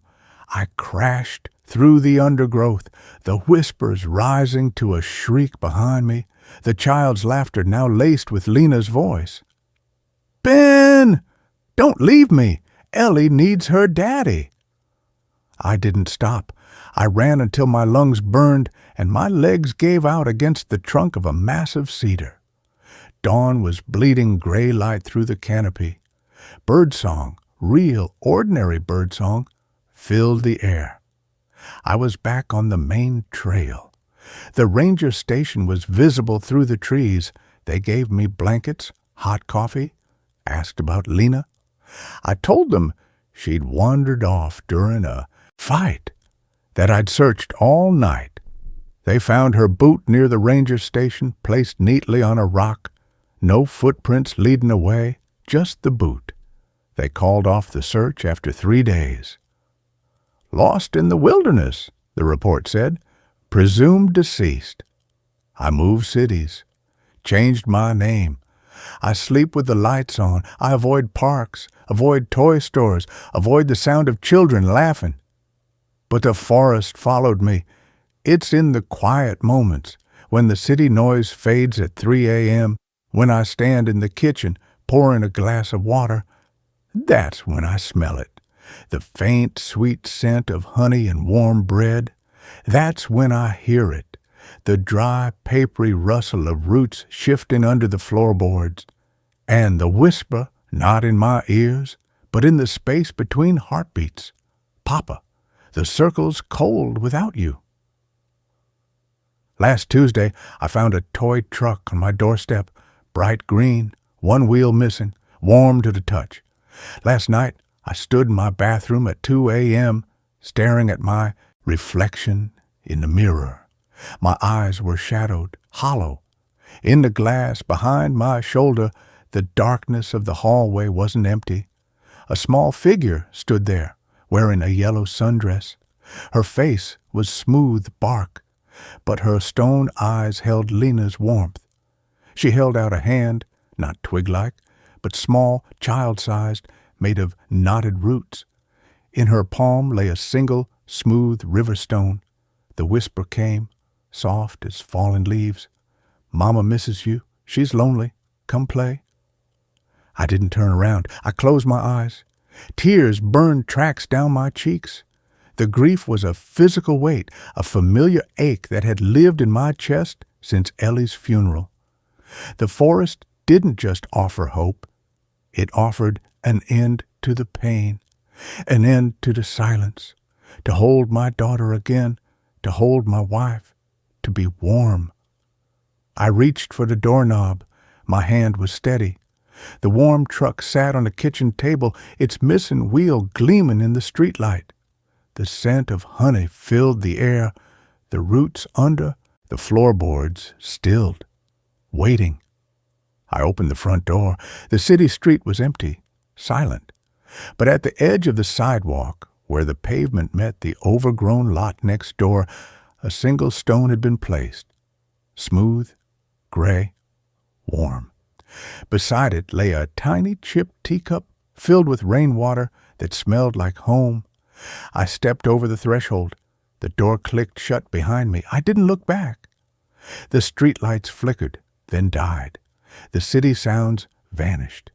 Only the forest's silence remained, a deep, patient hum in the earth. The stone path ahead wasn't asphalt anymore. It was packed soil, soft under my bare feet. When had I kicked off my shoes? The houses melted away, replaced by towering pines. The air smelled of damp earth and ozone. Ahead, in a moonlit clearing, stood the ring of stones. Inside, dozens of figures waited. Lena stood near the center, her bark face serene, her stone eyes reflecting the moonlight. Beside her, the thing wearing Ellie's sundress held out a hand, not toward me, toward the empty space beside Lena. I walked forward. The roots didn't grab me. They rose from the earth like welcoming hands, brushing the dirt from my knees, my palms. They felt warm, alive. The whispers were soft now, a lullaby. Rest now, sleep now, belong. I knelt in the space beside Lena. Her root hand found mine, cold at first, then warming. The thorn-mouthed thing approached. It didn't smile. It simply opened its mouth wide, not to bite, to sing. A low, creaking hum that vibrated in my bones, in my blood, in the hollow where my heart used to be. The roots coiled around my legs, my waist, gentle as vines. My skin hardened, grayed. The pain was gone. The loneliness was gone. Only warmth remained, deep, earthy peace. My last human thought was of Ellie's laugh, not the forest's mimicry, the real one, the one that used to fill our kitchen on Saturday mornings. I smiled as the bark spread across my face, as my eyes clouded to stone, as the thorns grew between my teeth. The circle was full now, Papa, Mama, Ellie, waiting. This morning, a jogger found a single, smooth river stone on the trailhead bench at Cedar Ridge, warm to the touch. Beside it lay a tiny chipped teacup filled with rainwater that smelled faintly of honey. He pocketed the stone, smiling. "Lucky charm," he told his girlfriend later. "Found it right where I needed it." She laughed, squeezing his hand. "We should have kids soon, don't you think?" He didn't feel the stone grow warm in his pocket. He didn't hear the dry, papery rustle beneath the trail's gravel. He didn't smell the scent of warm bread on the wind. But that night, as he drifted to sleep, he dreamed of a moonlit clearing, of a ring of stones, of 3 figures standing hand in hand, smiling with thorn-filled mouths. And in the empty space beside them, a 4th spot waited. The stone in his pocket pulsed once, warm, patient, hungry. The forest remembers every name. It remembers every ache. It waits in the quiet places between heartbeats, between footsteps, between breaths. It offers warmth to the cold. It offers laughter to the silent. It offers a child's voice in the dark. All you have to do is step into the circle. All you have to do is let go. The toys aren't left behind, they're invitations. And the circle is always hungry for one more to stand in the warm dark, one more to smile with thorns, one more to whisper, "Come play." I smile wider now, wider, until the bark cracks at the corners of my mouth, until the roots coil deep in my chest, until the only sound is the forest's breath, slow and deep, and the sweet, cloying scent of honey on the wind. The jogger will come. He'll bring his future daughter. She'll cry for her lost teddy bear. And I'll be waiting. I'll hold out a smooth stone. I'll hum a lullaby with my thorn mouth. It's almost time to play, and that's where this story ends. Let's move on to the next one. The path we took in the woods didn't exist on our way back. The argument started over the map. Jess spread it on the hood of her Subaru, the late afternoon sun glinting off the laminated surface. See? Whisper Falls Trailhead. 3 miles in, there's supposed to be a perfect camping spot. Flat ground, a spring, even an old fire ring. My cousin swears by it. She tapped a spot marked with a tiny blue droplet. Says it's the only place in the black spruce wilderness that doesn't have mosquitoes the size of hummingbirds. I squinted. The map looked ancient. The trails smudged, the grid lines faded. This thing's older than my grandpa's hunting rifle, Jess. And your cousin Dave, the guy who got lost in the Walmart parking lot last Christmas. I don't know. The forest around the trailhead was already unnerving. Ancient pines crowded close, their bark like the skin of giants. The air smelled of damp earth and pine resin, but underneath, something sweet and cloying lingered, like overripe plums left in a damp cellar. The usual forest sounds were absent. No birdsong, no squirrels, just a deep, watchful silence that pressed against my eardrums. A hand-painted sign nailed to a post read, "Respect the quiet. Some things sleep." Below it, carved into the wood, a circle with a single jagged line through it. "Dave's fine," Jess insisted, shoving the map into her pack. "He just has a bad sense of direction. Unlike us, we have GPS." She brandished her phone. The screen flickered, showing 1 bar, then dropped to 0 as she stepped away from the car. She frowned, shaking it. "Must be the tree cover. It'll pick up on the trail. Come on, Ben, it's barely 2 p.m. We'll be set up by dinner. Think of the stars." Her enthusiasm was a shield against the creeping unease the silent woods gave me. I'd agreed to this trip, a long weekend backpacking to reconnect with nature after my layoff, partly to escape the hollow echo of my empty apartment, and partly because Jess's bright energy was hard to refuse. I should have trusted my gut. The trail was narrow, overgrown, the path barely visible beneath pine needles. The deeper we went, the heavier the silence. The sweet smell grew stronger, mingling with pine until it was cloying. Jess's chatter about work faded, her voice thin and swallowed by the trees.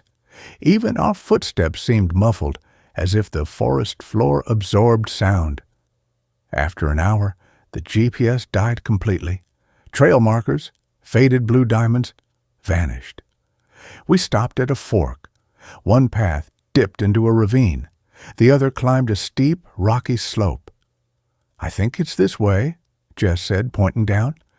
"Downhill leads to water, right? The spring?" I looked up the slope. Sunlight dappled a patch of bright green moss on a boulder. It felt inviting, warm. "What about up there? That light looks promising." Jess sighed. "Ben, we've been walking uphill for an hour. My knees are killing me. Down is easier. And water. We need water." She started down the ravine without waiting. Reluctantly, I followed. The ravine deepened quickly. Walls rose on either side, covered in moss and wet rock. The air grew colder, damper. The sweet smell intensified, now carrying a distinct undertone of decay. The path became slick mud. We slipped and slid, grabbing roots to stay upright. The silence was absolute. No wind, no distant animal calls, just the squelch of our boots. "Jess," I started, my voice low, "this doesn't feel right. That smell, it's getting worse, and it's so quiet, too quiet." She stopped, leaning against a mossy boulder, breathing hard. Her face was pale. "I know," she admitted quietly. "I know it's weird, but we're committed now. Turning back feels worse." She pointed ahead, where the ravine walls narrowed almost to a point.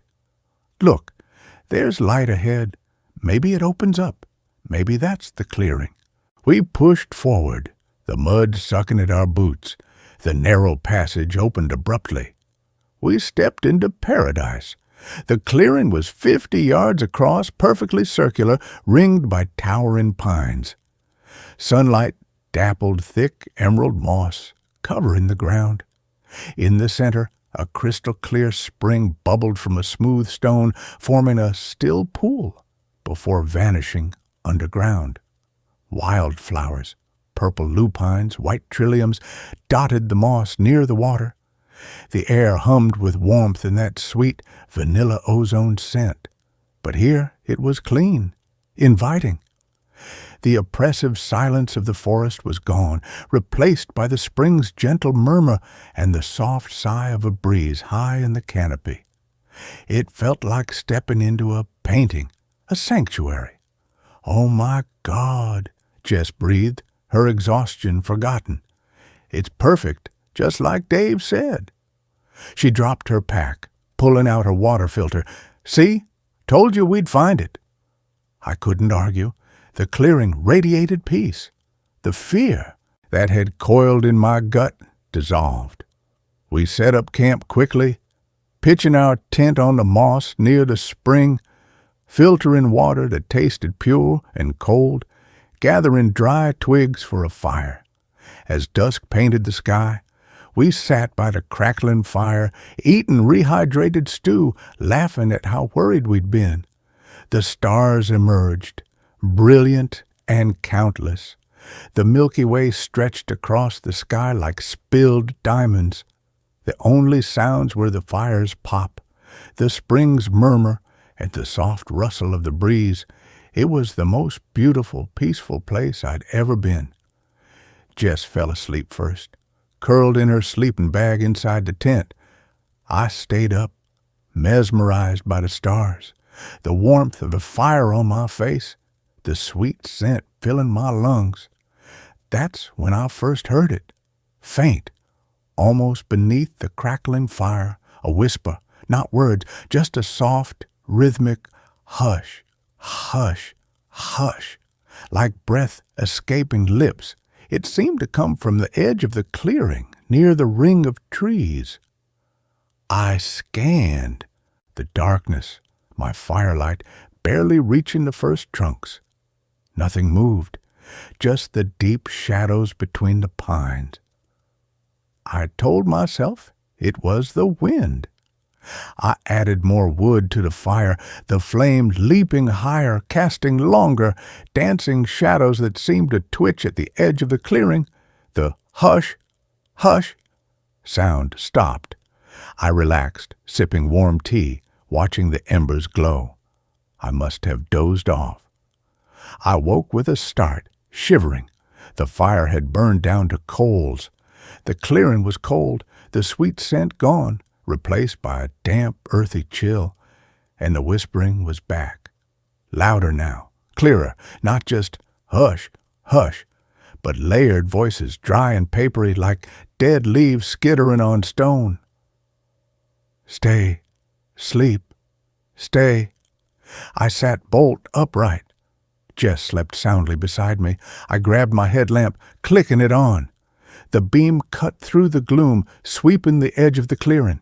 The moss stopped abruptly at the tree line. Beyond it, the forest was pure black. I saw nothing, but the whispering intensified, swirling around us like smoke. Warm, safe, stay, sleep. It wasn't threatening. It was soothing, seductive, promising comfort, promising an end to the fear, the job loss, the gnawing uncertainty. Just close your eyes. Stay. Sleep. Forever. The voice that spoke those words in my head wasn't strange.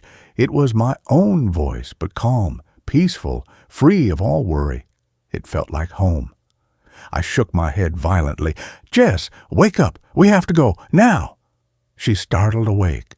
Ben, what's wrong? Did you hear a bear? No bear. Worse. We have to pack. Right now. Leave everything but the essentials. Water, headlamps. Go. My voice was tight with panic. I started frantically stuffing sleeping bags into stuff sacks. The whispering rose to a chorus, no longer soothing but insistent, almost angry. Stay! Sleep! Warm! Safe! The fire, nearly dead, flared violently, not with orange flame, but with a sickly, greenish light that cast long, distorted shadows that writhed on the moss. The sweet vanilla smell surged back, thick and cloying, making my head swim. Jess was scrambling now, wide-eyed with terror, grabbing her pack. We abandoned the tent, the stove, most of our food. We only kept water bottles, headlamps, and rain jackets. As we shouldered our packs, I took one last look back.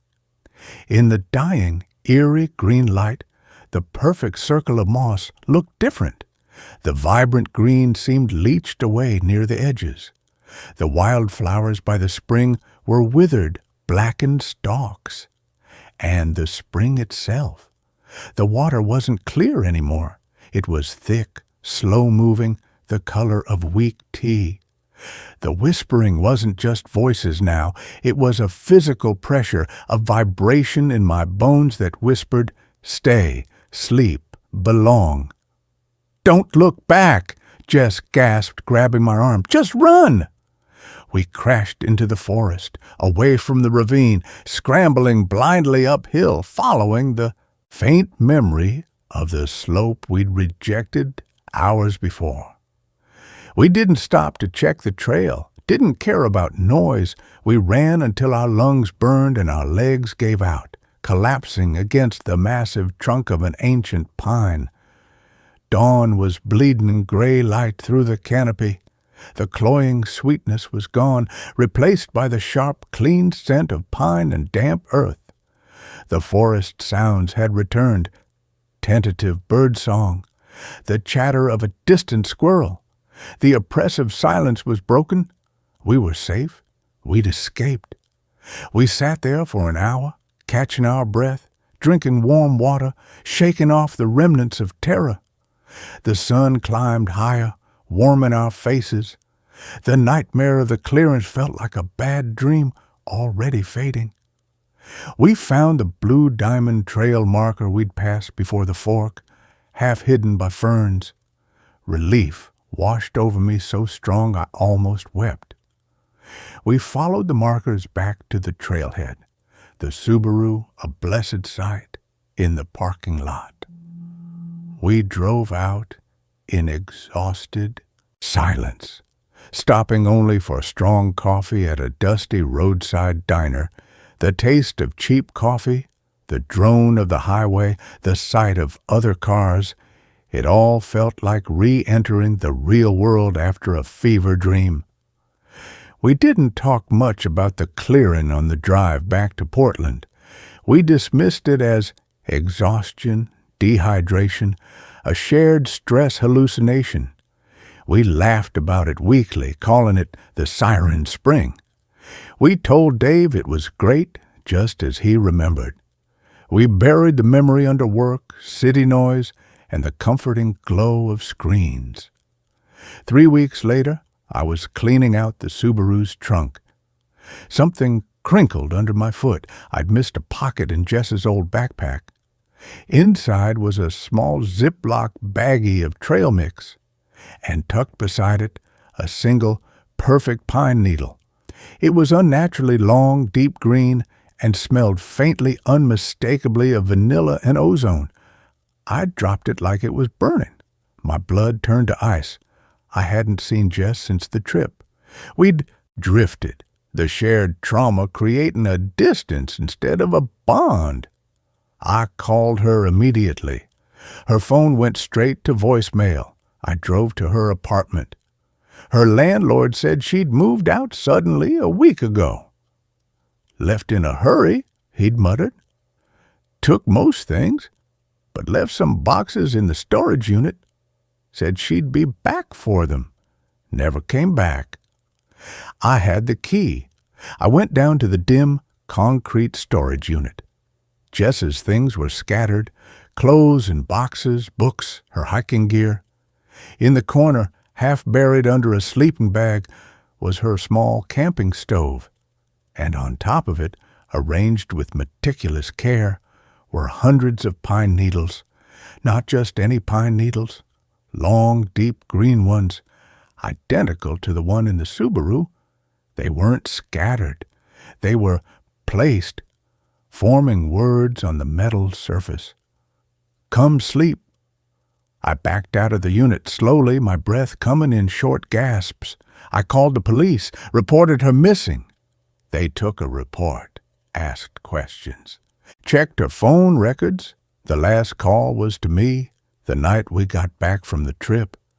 They found no signs of foul play at her apartment, just packed suitcases as if she'd planned to leave, but she was gone, vanished. I went back to the storage unit alone. The pine needles were gone, the stove was clean. But on the dusty concrete floor, right where the stove had been, someone or something had traced letters in the grime with a finger or a claw. You smell like her? I ran. I left the city. I moved to a high-rise apartment in Seattle, far from any forest. I sleep with the lights on. I jump at shadows. But the worst part isn't the fear, it's the smell.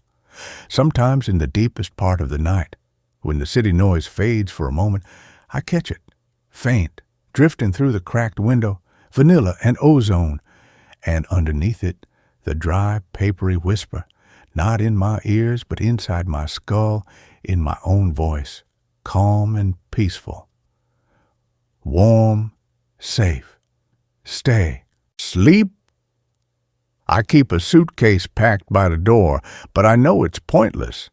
The clearing wasn't just a place in the woods, it was a door, and it's still open. It found Jess through the pine needles. It found me through the memory of her scent. It knows where I live. It knows my name. It knows the exact shade of comfort I crave when the world feels too loud and too sharp. Last Tuesday, I found a single perfect pine needle on my pillow. I threw it out the window, my hands shaking. But that night, as I lay rigid in the dark, I felt the mattress dip slightly beside me, not a weight, a presence, cold, and the whisper came, softer than breath, carrying the scent of deep earth and forgotten springs. We saved your spot. I haven't slept since. I sit by the window now watching the city lights, the suitcase open at my feet. The pine needle on the windowsill glows faintly at the streetlight. I know if I look out, past the buildings, towards the distant mountains on the horizon, I'll see it, not a shape, just a patch of deeper darkness between the city lights. A perfect circle, waiting. The clearing is always there. It just needs an invitation. It just needs me to close my eyes, just for a moment, to breathe in that sweet, sweet air, to feel the moss beneath me, to hear the spring's gentle murmur, to finally sleep. The suitcase is packed, but my feet won't move towards the door. The whisper is warm. The darkness outside the window looks soft, like moss, like home. The pine needle on the sill trembles as if touched by an unfelt breeze. I smell vanilla. I smell ozone. I smell the deep, wet earth of a place that doesn't exist on any map. My eyelids feel so heavy, so warm. Just a little sleep, just for a moment. The clearing is waiting. It remembers my name. It saved my spot. The city lights blur. The whisper becomes a lullaby. The darkness between the buildings deepens, forming a perfect circle.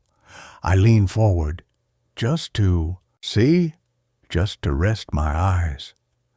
The pine needle on the windowsill glows brighter, a tiny green light in the room. It spells a single word on the dusty glass, written in condensation that wasn't there before. Yes, this story ends here. It's time to move on to the next. They boarded up the summer camp, but forgot to silence the bunkhouses. I took the job because it paid in cash and asked no questions. The ad had been tacked to a bulletin board at a gas station 50 miles from the nearest town. Handyman needed for seasonal maintenance at decommissioned camp. 3 weeks, $2,500. Bring your own tools. No name, no contact number, just an address scribbled beneath in smudged pencil. Pine Hollow Road, mile marker 14, and a post office box that probably hadn't seen mail since the Clinton administration. The man who hired me met me at the edge of the forest, where the paved road turned to gravel.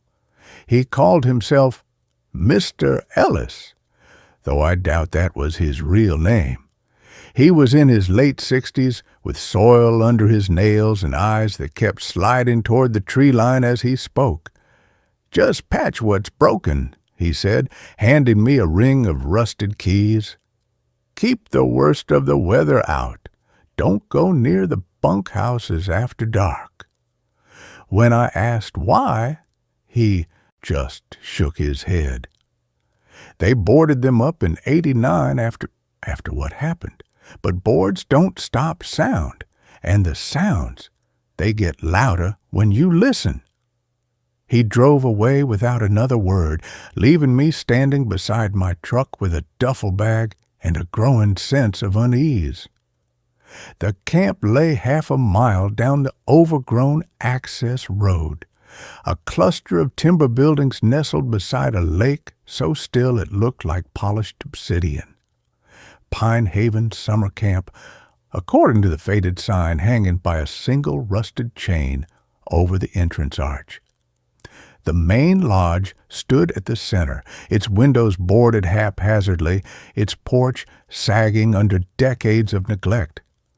Surrounding it were a dozen smaller structures, a dining hall, an arts and crafts cabin, a boathouse leaning precariously over the water, and beyond them, set apart in a grove of ancient pines, the bunkhouses, 12 of them, identical A-frame cabins with peeling paint and roofs patched with tarps that flapped like ragged wings in the breeze. Every window was nailed shut with plywood, every door reinforced with heavy-duty locks and chains. But between the cracks in the boards, darkness stared back. Not empty darkness, but something watchful, waiting. The air changed as I crossed the camp's boundary. The dry mountain heat gave way to a damp, cool breath that smelled of rotting leaves and wet stone. And the silence, not peaceful, not empty. It pressed against my eardrums until I found myself straining to hear anything at all, a bird, a squirrel, the distant hum of insects. There was nothing, just the whisper of wind through pine needles high above, a sound that felt less like weather and more like slow, deliberate breathing. I spent my first day working on the main lodge, replacing shattered shingles, reinforcing rotted floorboards, clearing debris from the gutters.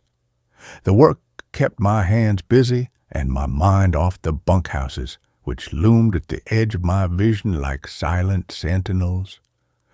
But as dusk fell, I heard it, the first sound, a giggle, not loud, not close, just a child's laugh carried on the evening breeze from the direction of Bunkhouse 7.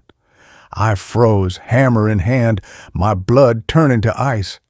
It couldn't be real. The camp had been abandoned since 1989. No one had set foot here in 35 years. I told myself it was the wind through a crack in the boards, an auditory illusion created by stress and suggestion. Then came the singing, faint at first, almost subliminal. A group of children singing a campfire song I recognized from my own childhood summers. Down by the riverside, down by the riverside. But the melody was wrong, twisted. The notes stretched too long, the harmonies clashing in ways that made my teeth ache. And beneath the singing, another sound. The rhythmic thump of small bodies jumping on wooden bunks. Thump, thump, thump, pause, thump, thump, thump. I didn't sleep that night. I built a fire in the lodge's stone fireplace and sat with my back against the wall, knife in hand, listening. The singing continued until midnight, then stopped abruptly.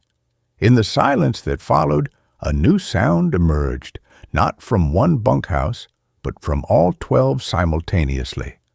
A soft, rhythmic tapping against the interior walls. 3 taps, pause, 5 taps, pause, 2 taps. The pattern repeated for an hour, then ceased.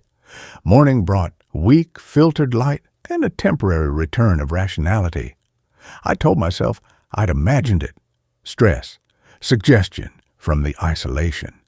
I decided to focus on the boathouse that day, putting as much distance as possible between myself and the bunkhouses. But as I worked on the dock, repairing rotted planks, I noticed something odd about the lake. Its surface was utterly still, no ripples from wind, no disturbance from fish. And beneath the glassy surface, shapes moved, not fish, too large, too slow. Human-shaped shadows gliding just below the surface, their movements synchronized as if holding hands. When I leaned closer, they vanished, but the water where they'd been remained unnaturally calm, as if holding its breath. That afternoon, while searching the lodge's basement for replacement hinges, I found the records. Water damage boxes labeled Camp Administration 1985 to 1989, stacked in a corner behind mildewed mattresses. Most of the papers were illegible, reduced to pulp by decades of damp. But one folder remained intact, a series of incident reports from the summer of 1989. June 12, 1989. Counselor Jenkins reports hearing children singing in bunkhouse 3 after lights out. Confirmed no campers assigned to that cabin this session. Attributed to prank by older campers, disciplinary action taken. July 3, 1989.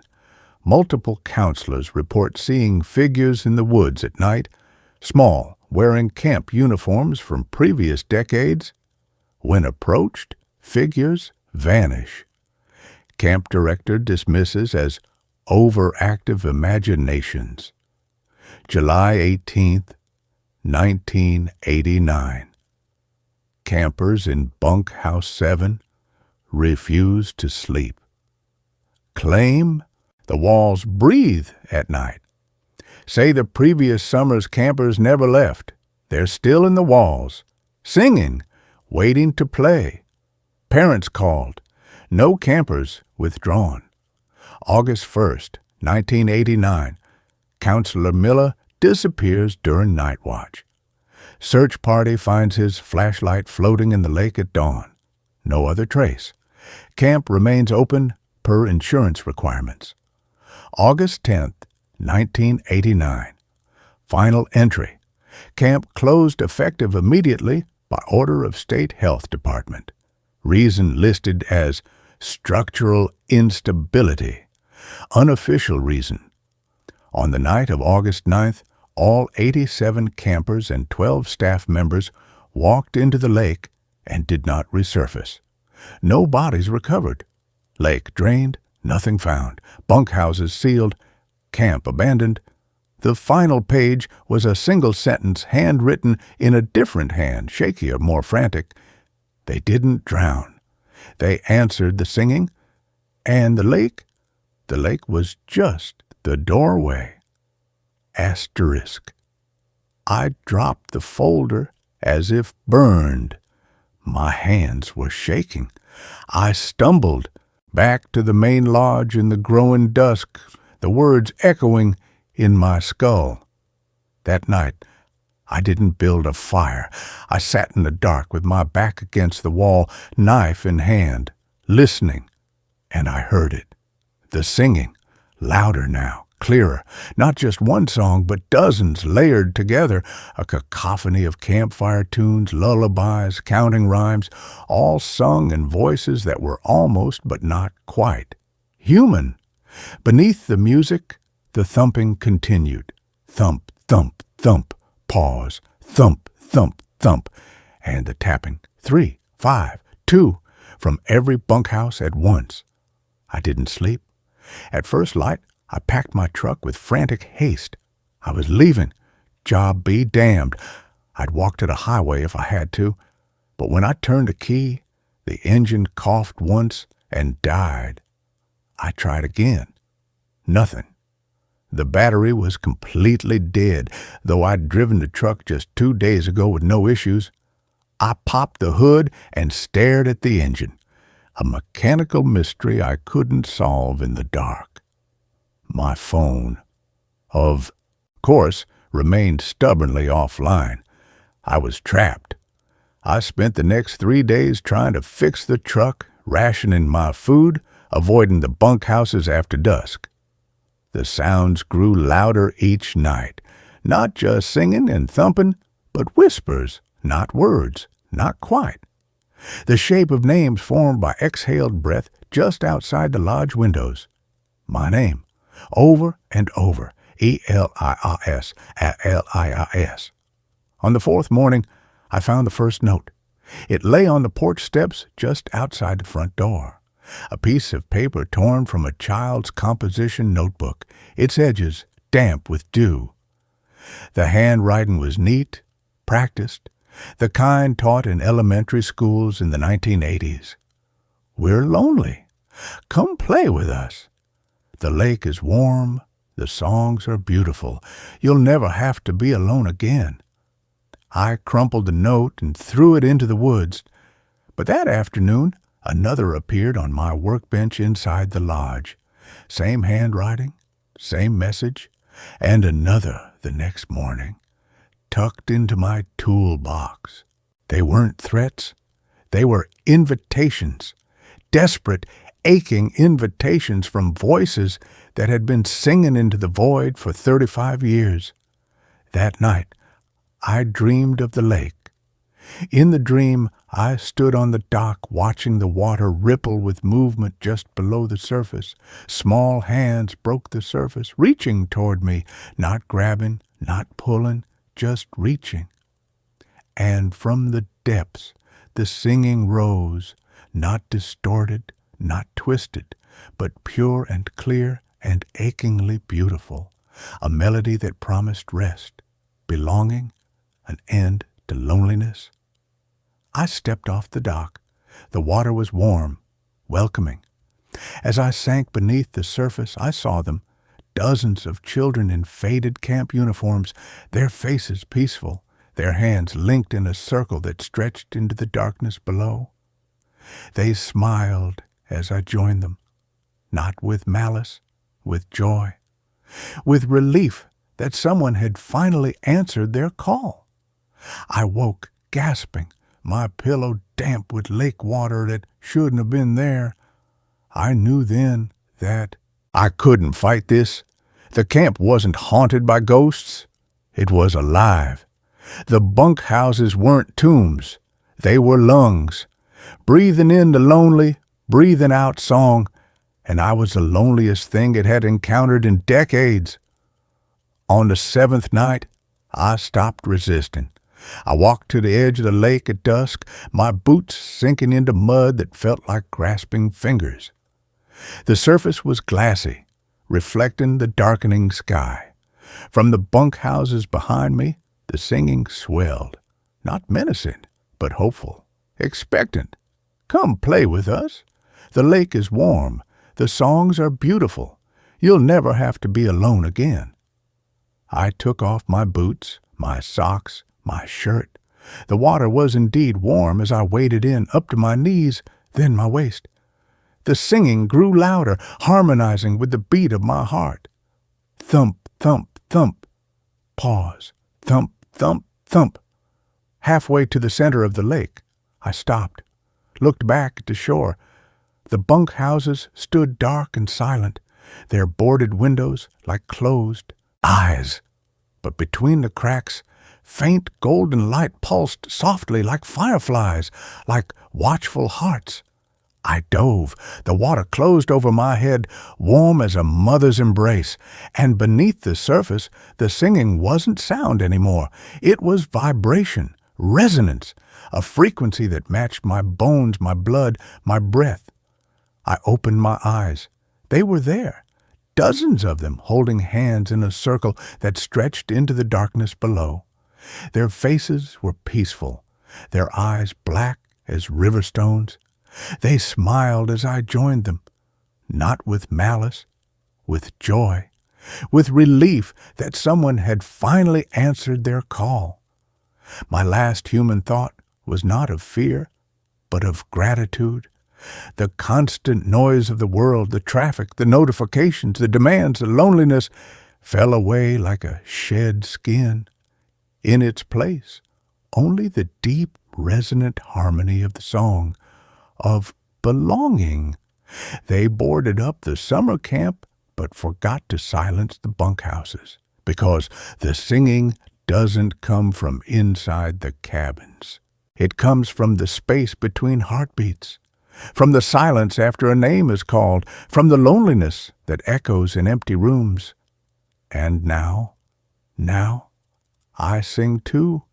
When the next lonely soul follows a scribbled address into our quiet, I'll help the lake whisper to them, not with fear, with invitation. Come play with us. The lake is warm. The songs are beautiful. You'll never have to be alone again. The thumping continues. Thump, thump, thump. Pause. Thump, thump, thump. 3 heartbeats, 5 breaths.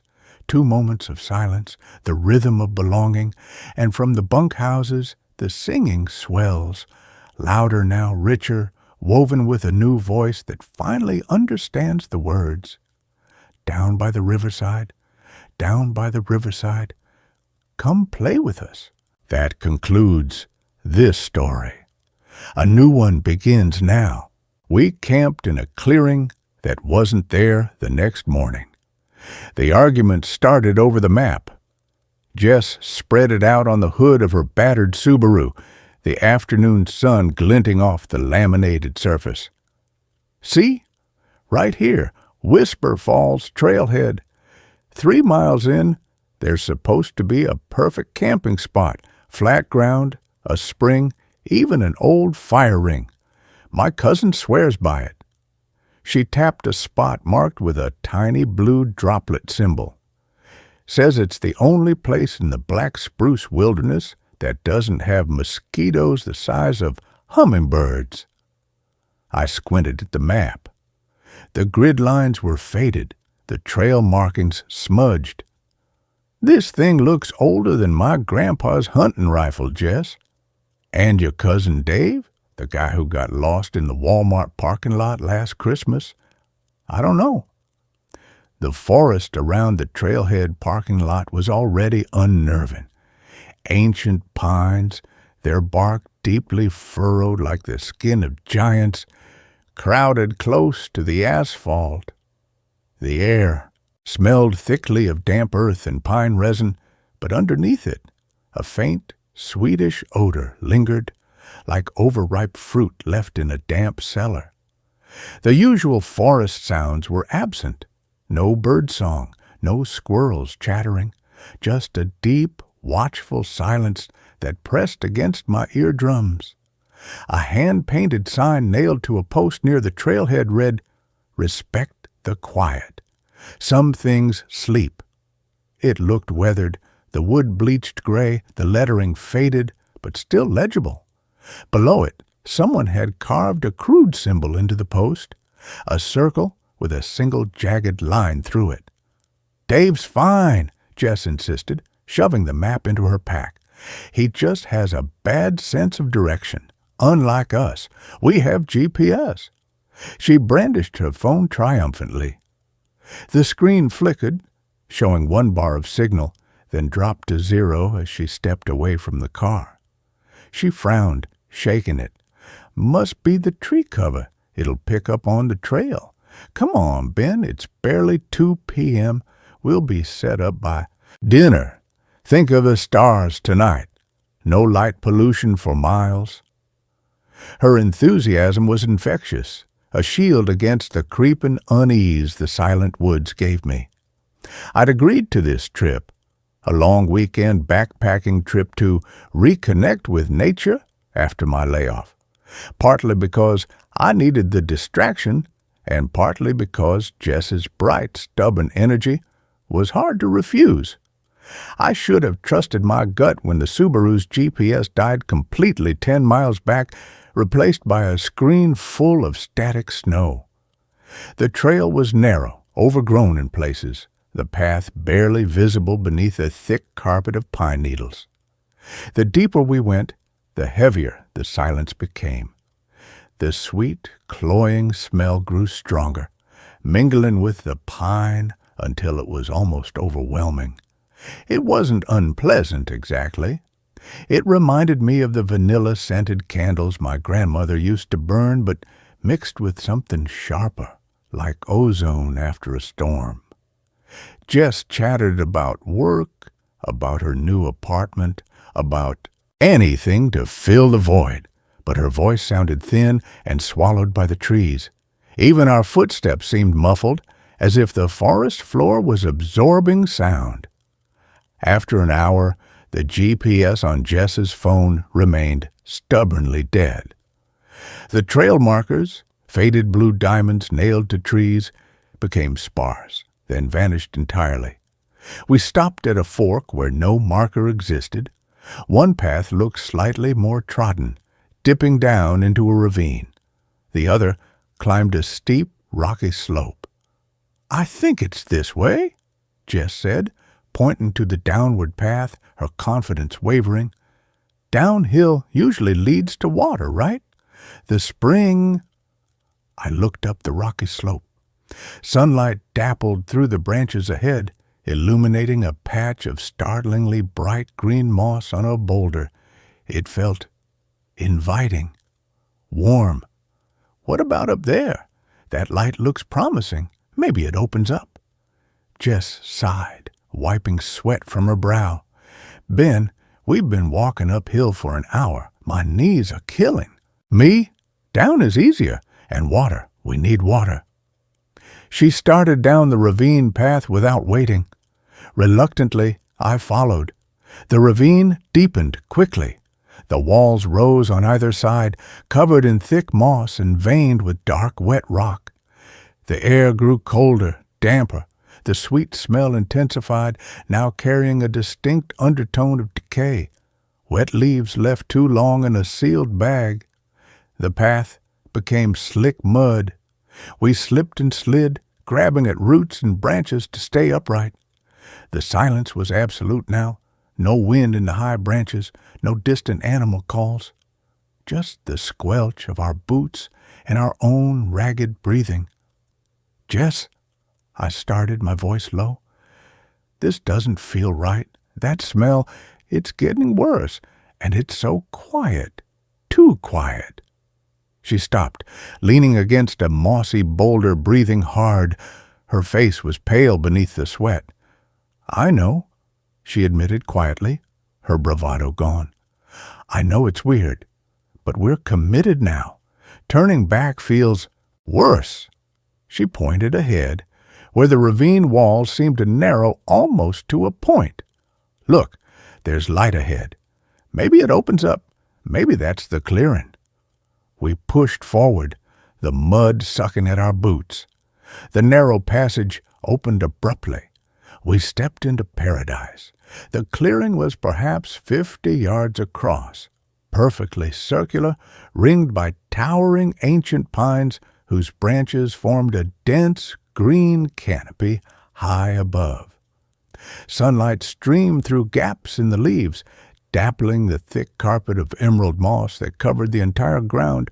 In the center, a crystal-clear spring bubbled up from a crack in a smooth, flat stone, forming a small, perfectly still pool before vanishing underground again.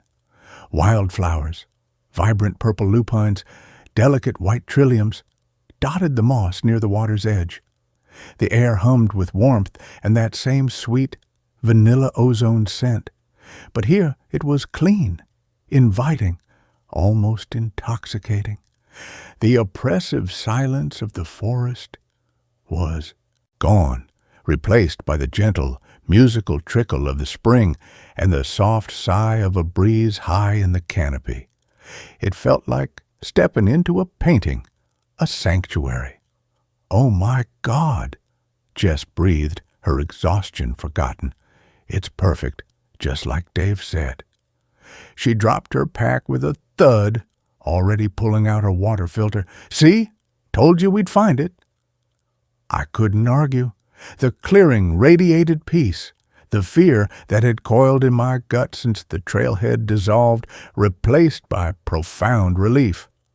We set up camp quickly, pitching our small tent on the thick, springy moss near the spring, filtering water that tasted pure and cold, gathering dry twigs for a fire. As dusk painted the sky in streaks of orange and purple, we sat by the crackling fire, eating rehydrated stew, laughing at how worried we'd been. The stars emerged, brilliant and countless, undimmed by any city glow. The Milky Way stretched across the sky like spilled diamonds. The only sounds were the fire's pop, the spring's gentle murmur, and the soft rustle of the breeze in the high branches. It was the most beautiful, peaceful place I'd ever been.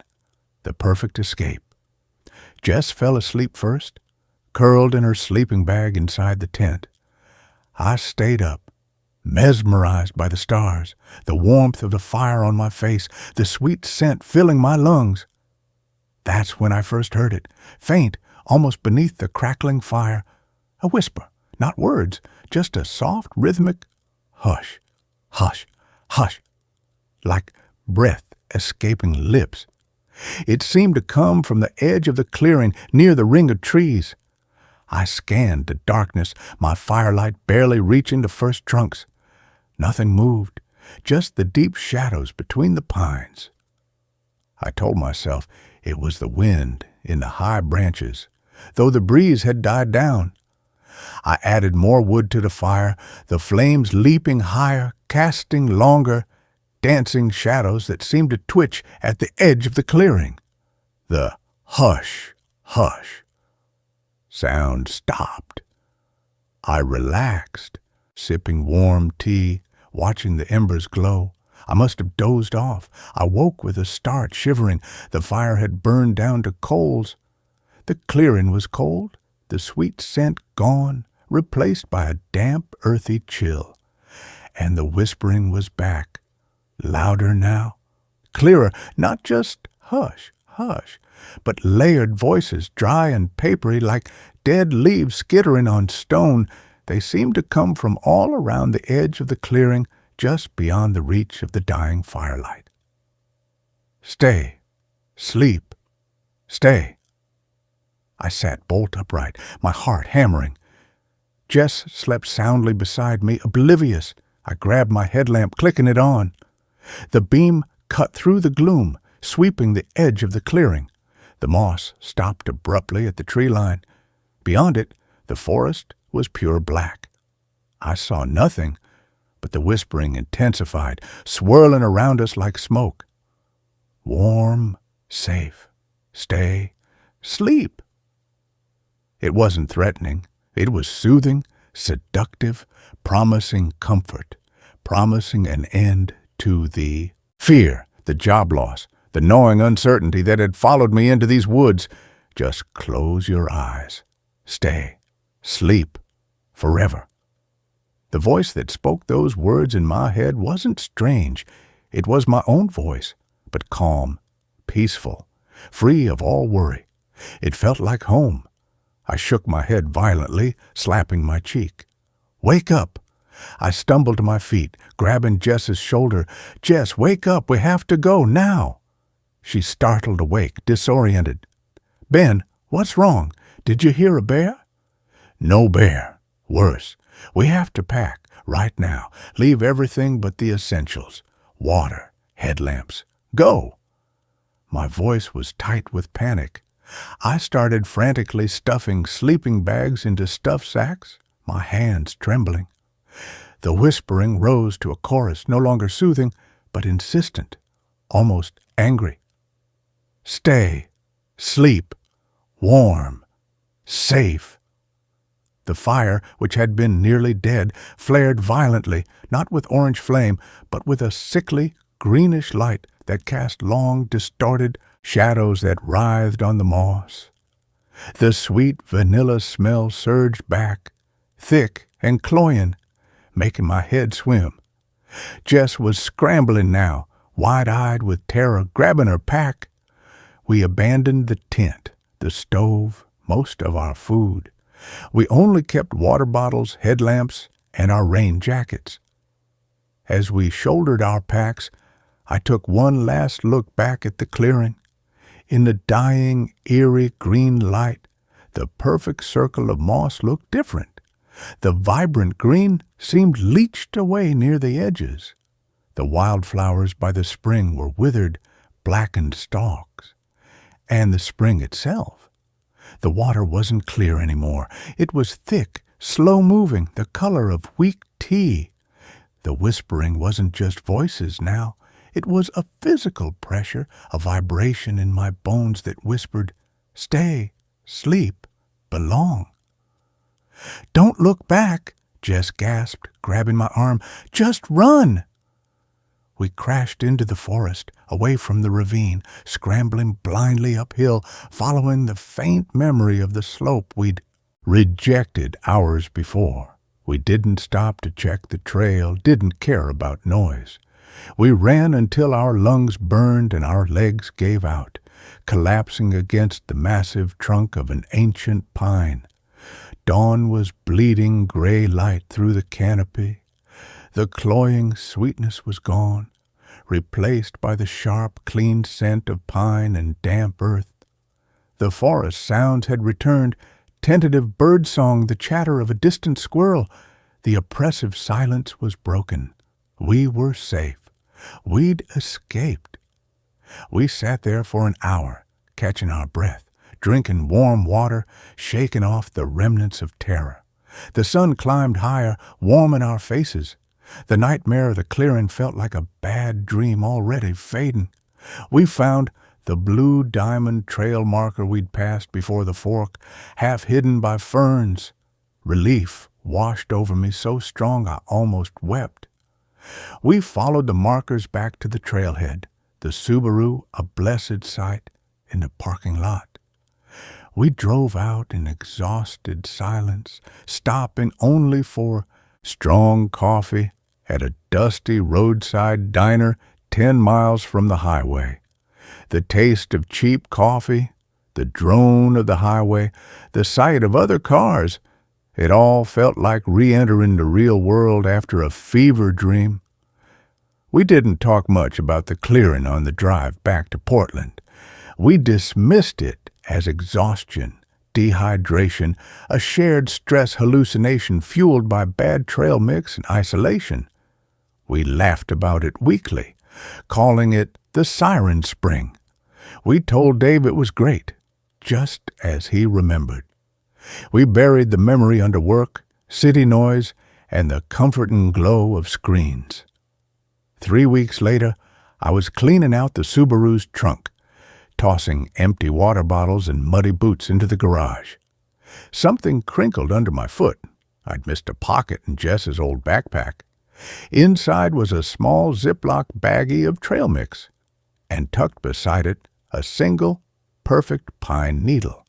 It was unnaturally long, deep green, and smelled faintly, unmistakably, of vanilla and ozone.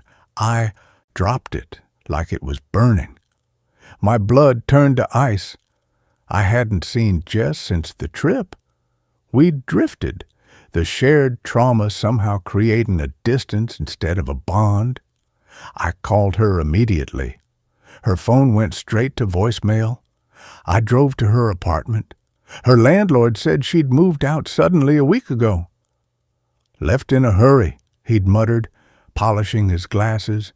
Took most things, but left some boxes in the storage unit. Said she'd be back for them. Never came back. I had the key. I went down to the dim concrete storage unit. Jess's things were scattered. Clothes and boxes, books, her hiking gear. In the corner, half buried under a sleeping bag, was her small camping stove. And on top of it, arranged with meticulous care, were hundreds of pine needles.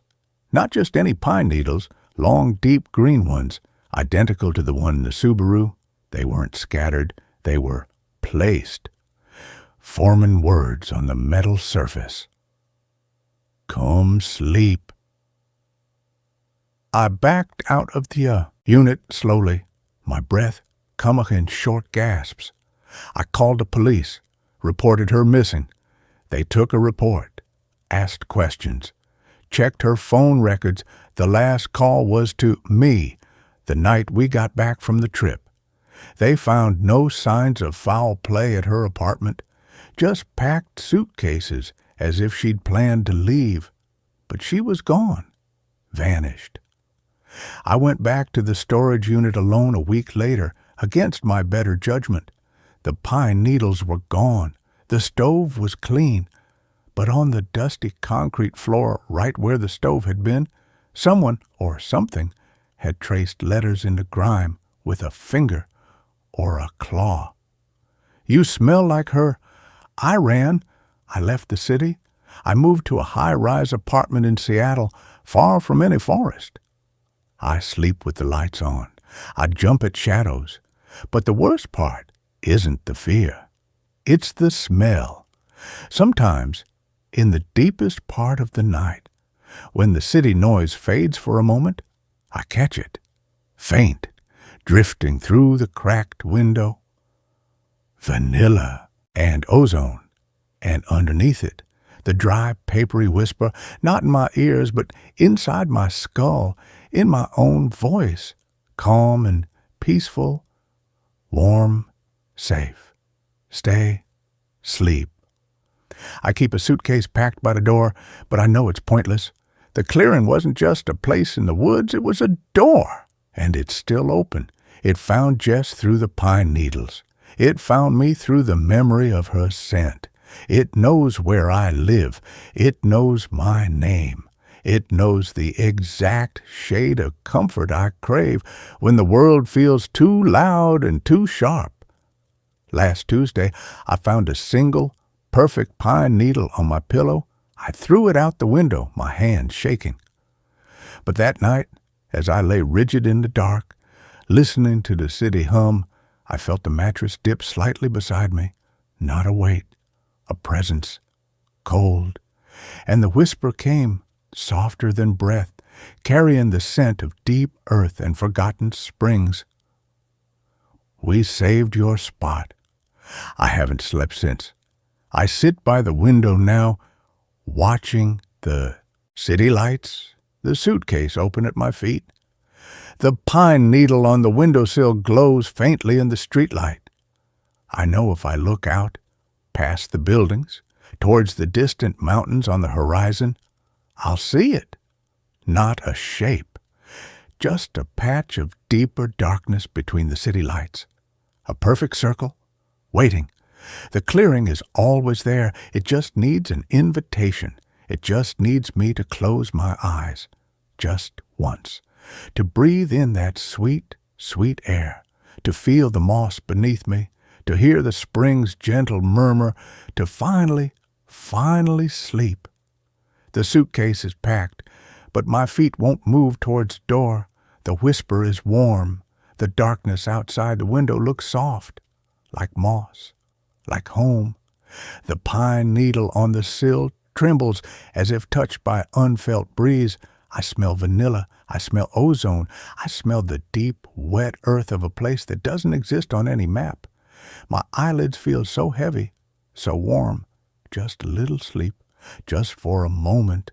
The clearing is waiting. It remembers my name. It saved my spot. The city lights blur. The whisper becomes a lullaby. The darkness between the buildings deepens, forming a perfect circle. I lean forward, just to see, just to rest my eyes. The pine needle on the windowsill glows brighter, a tiny green light in the room. It spells a single word on the dusty glass, written in condensation that wasn't there before. Yes.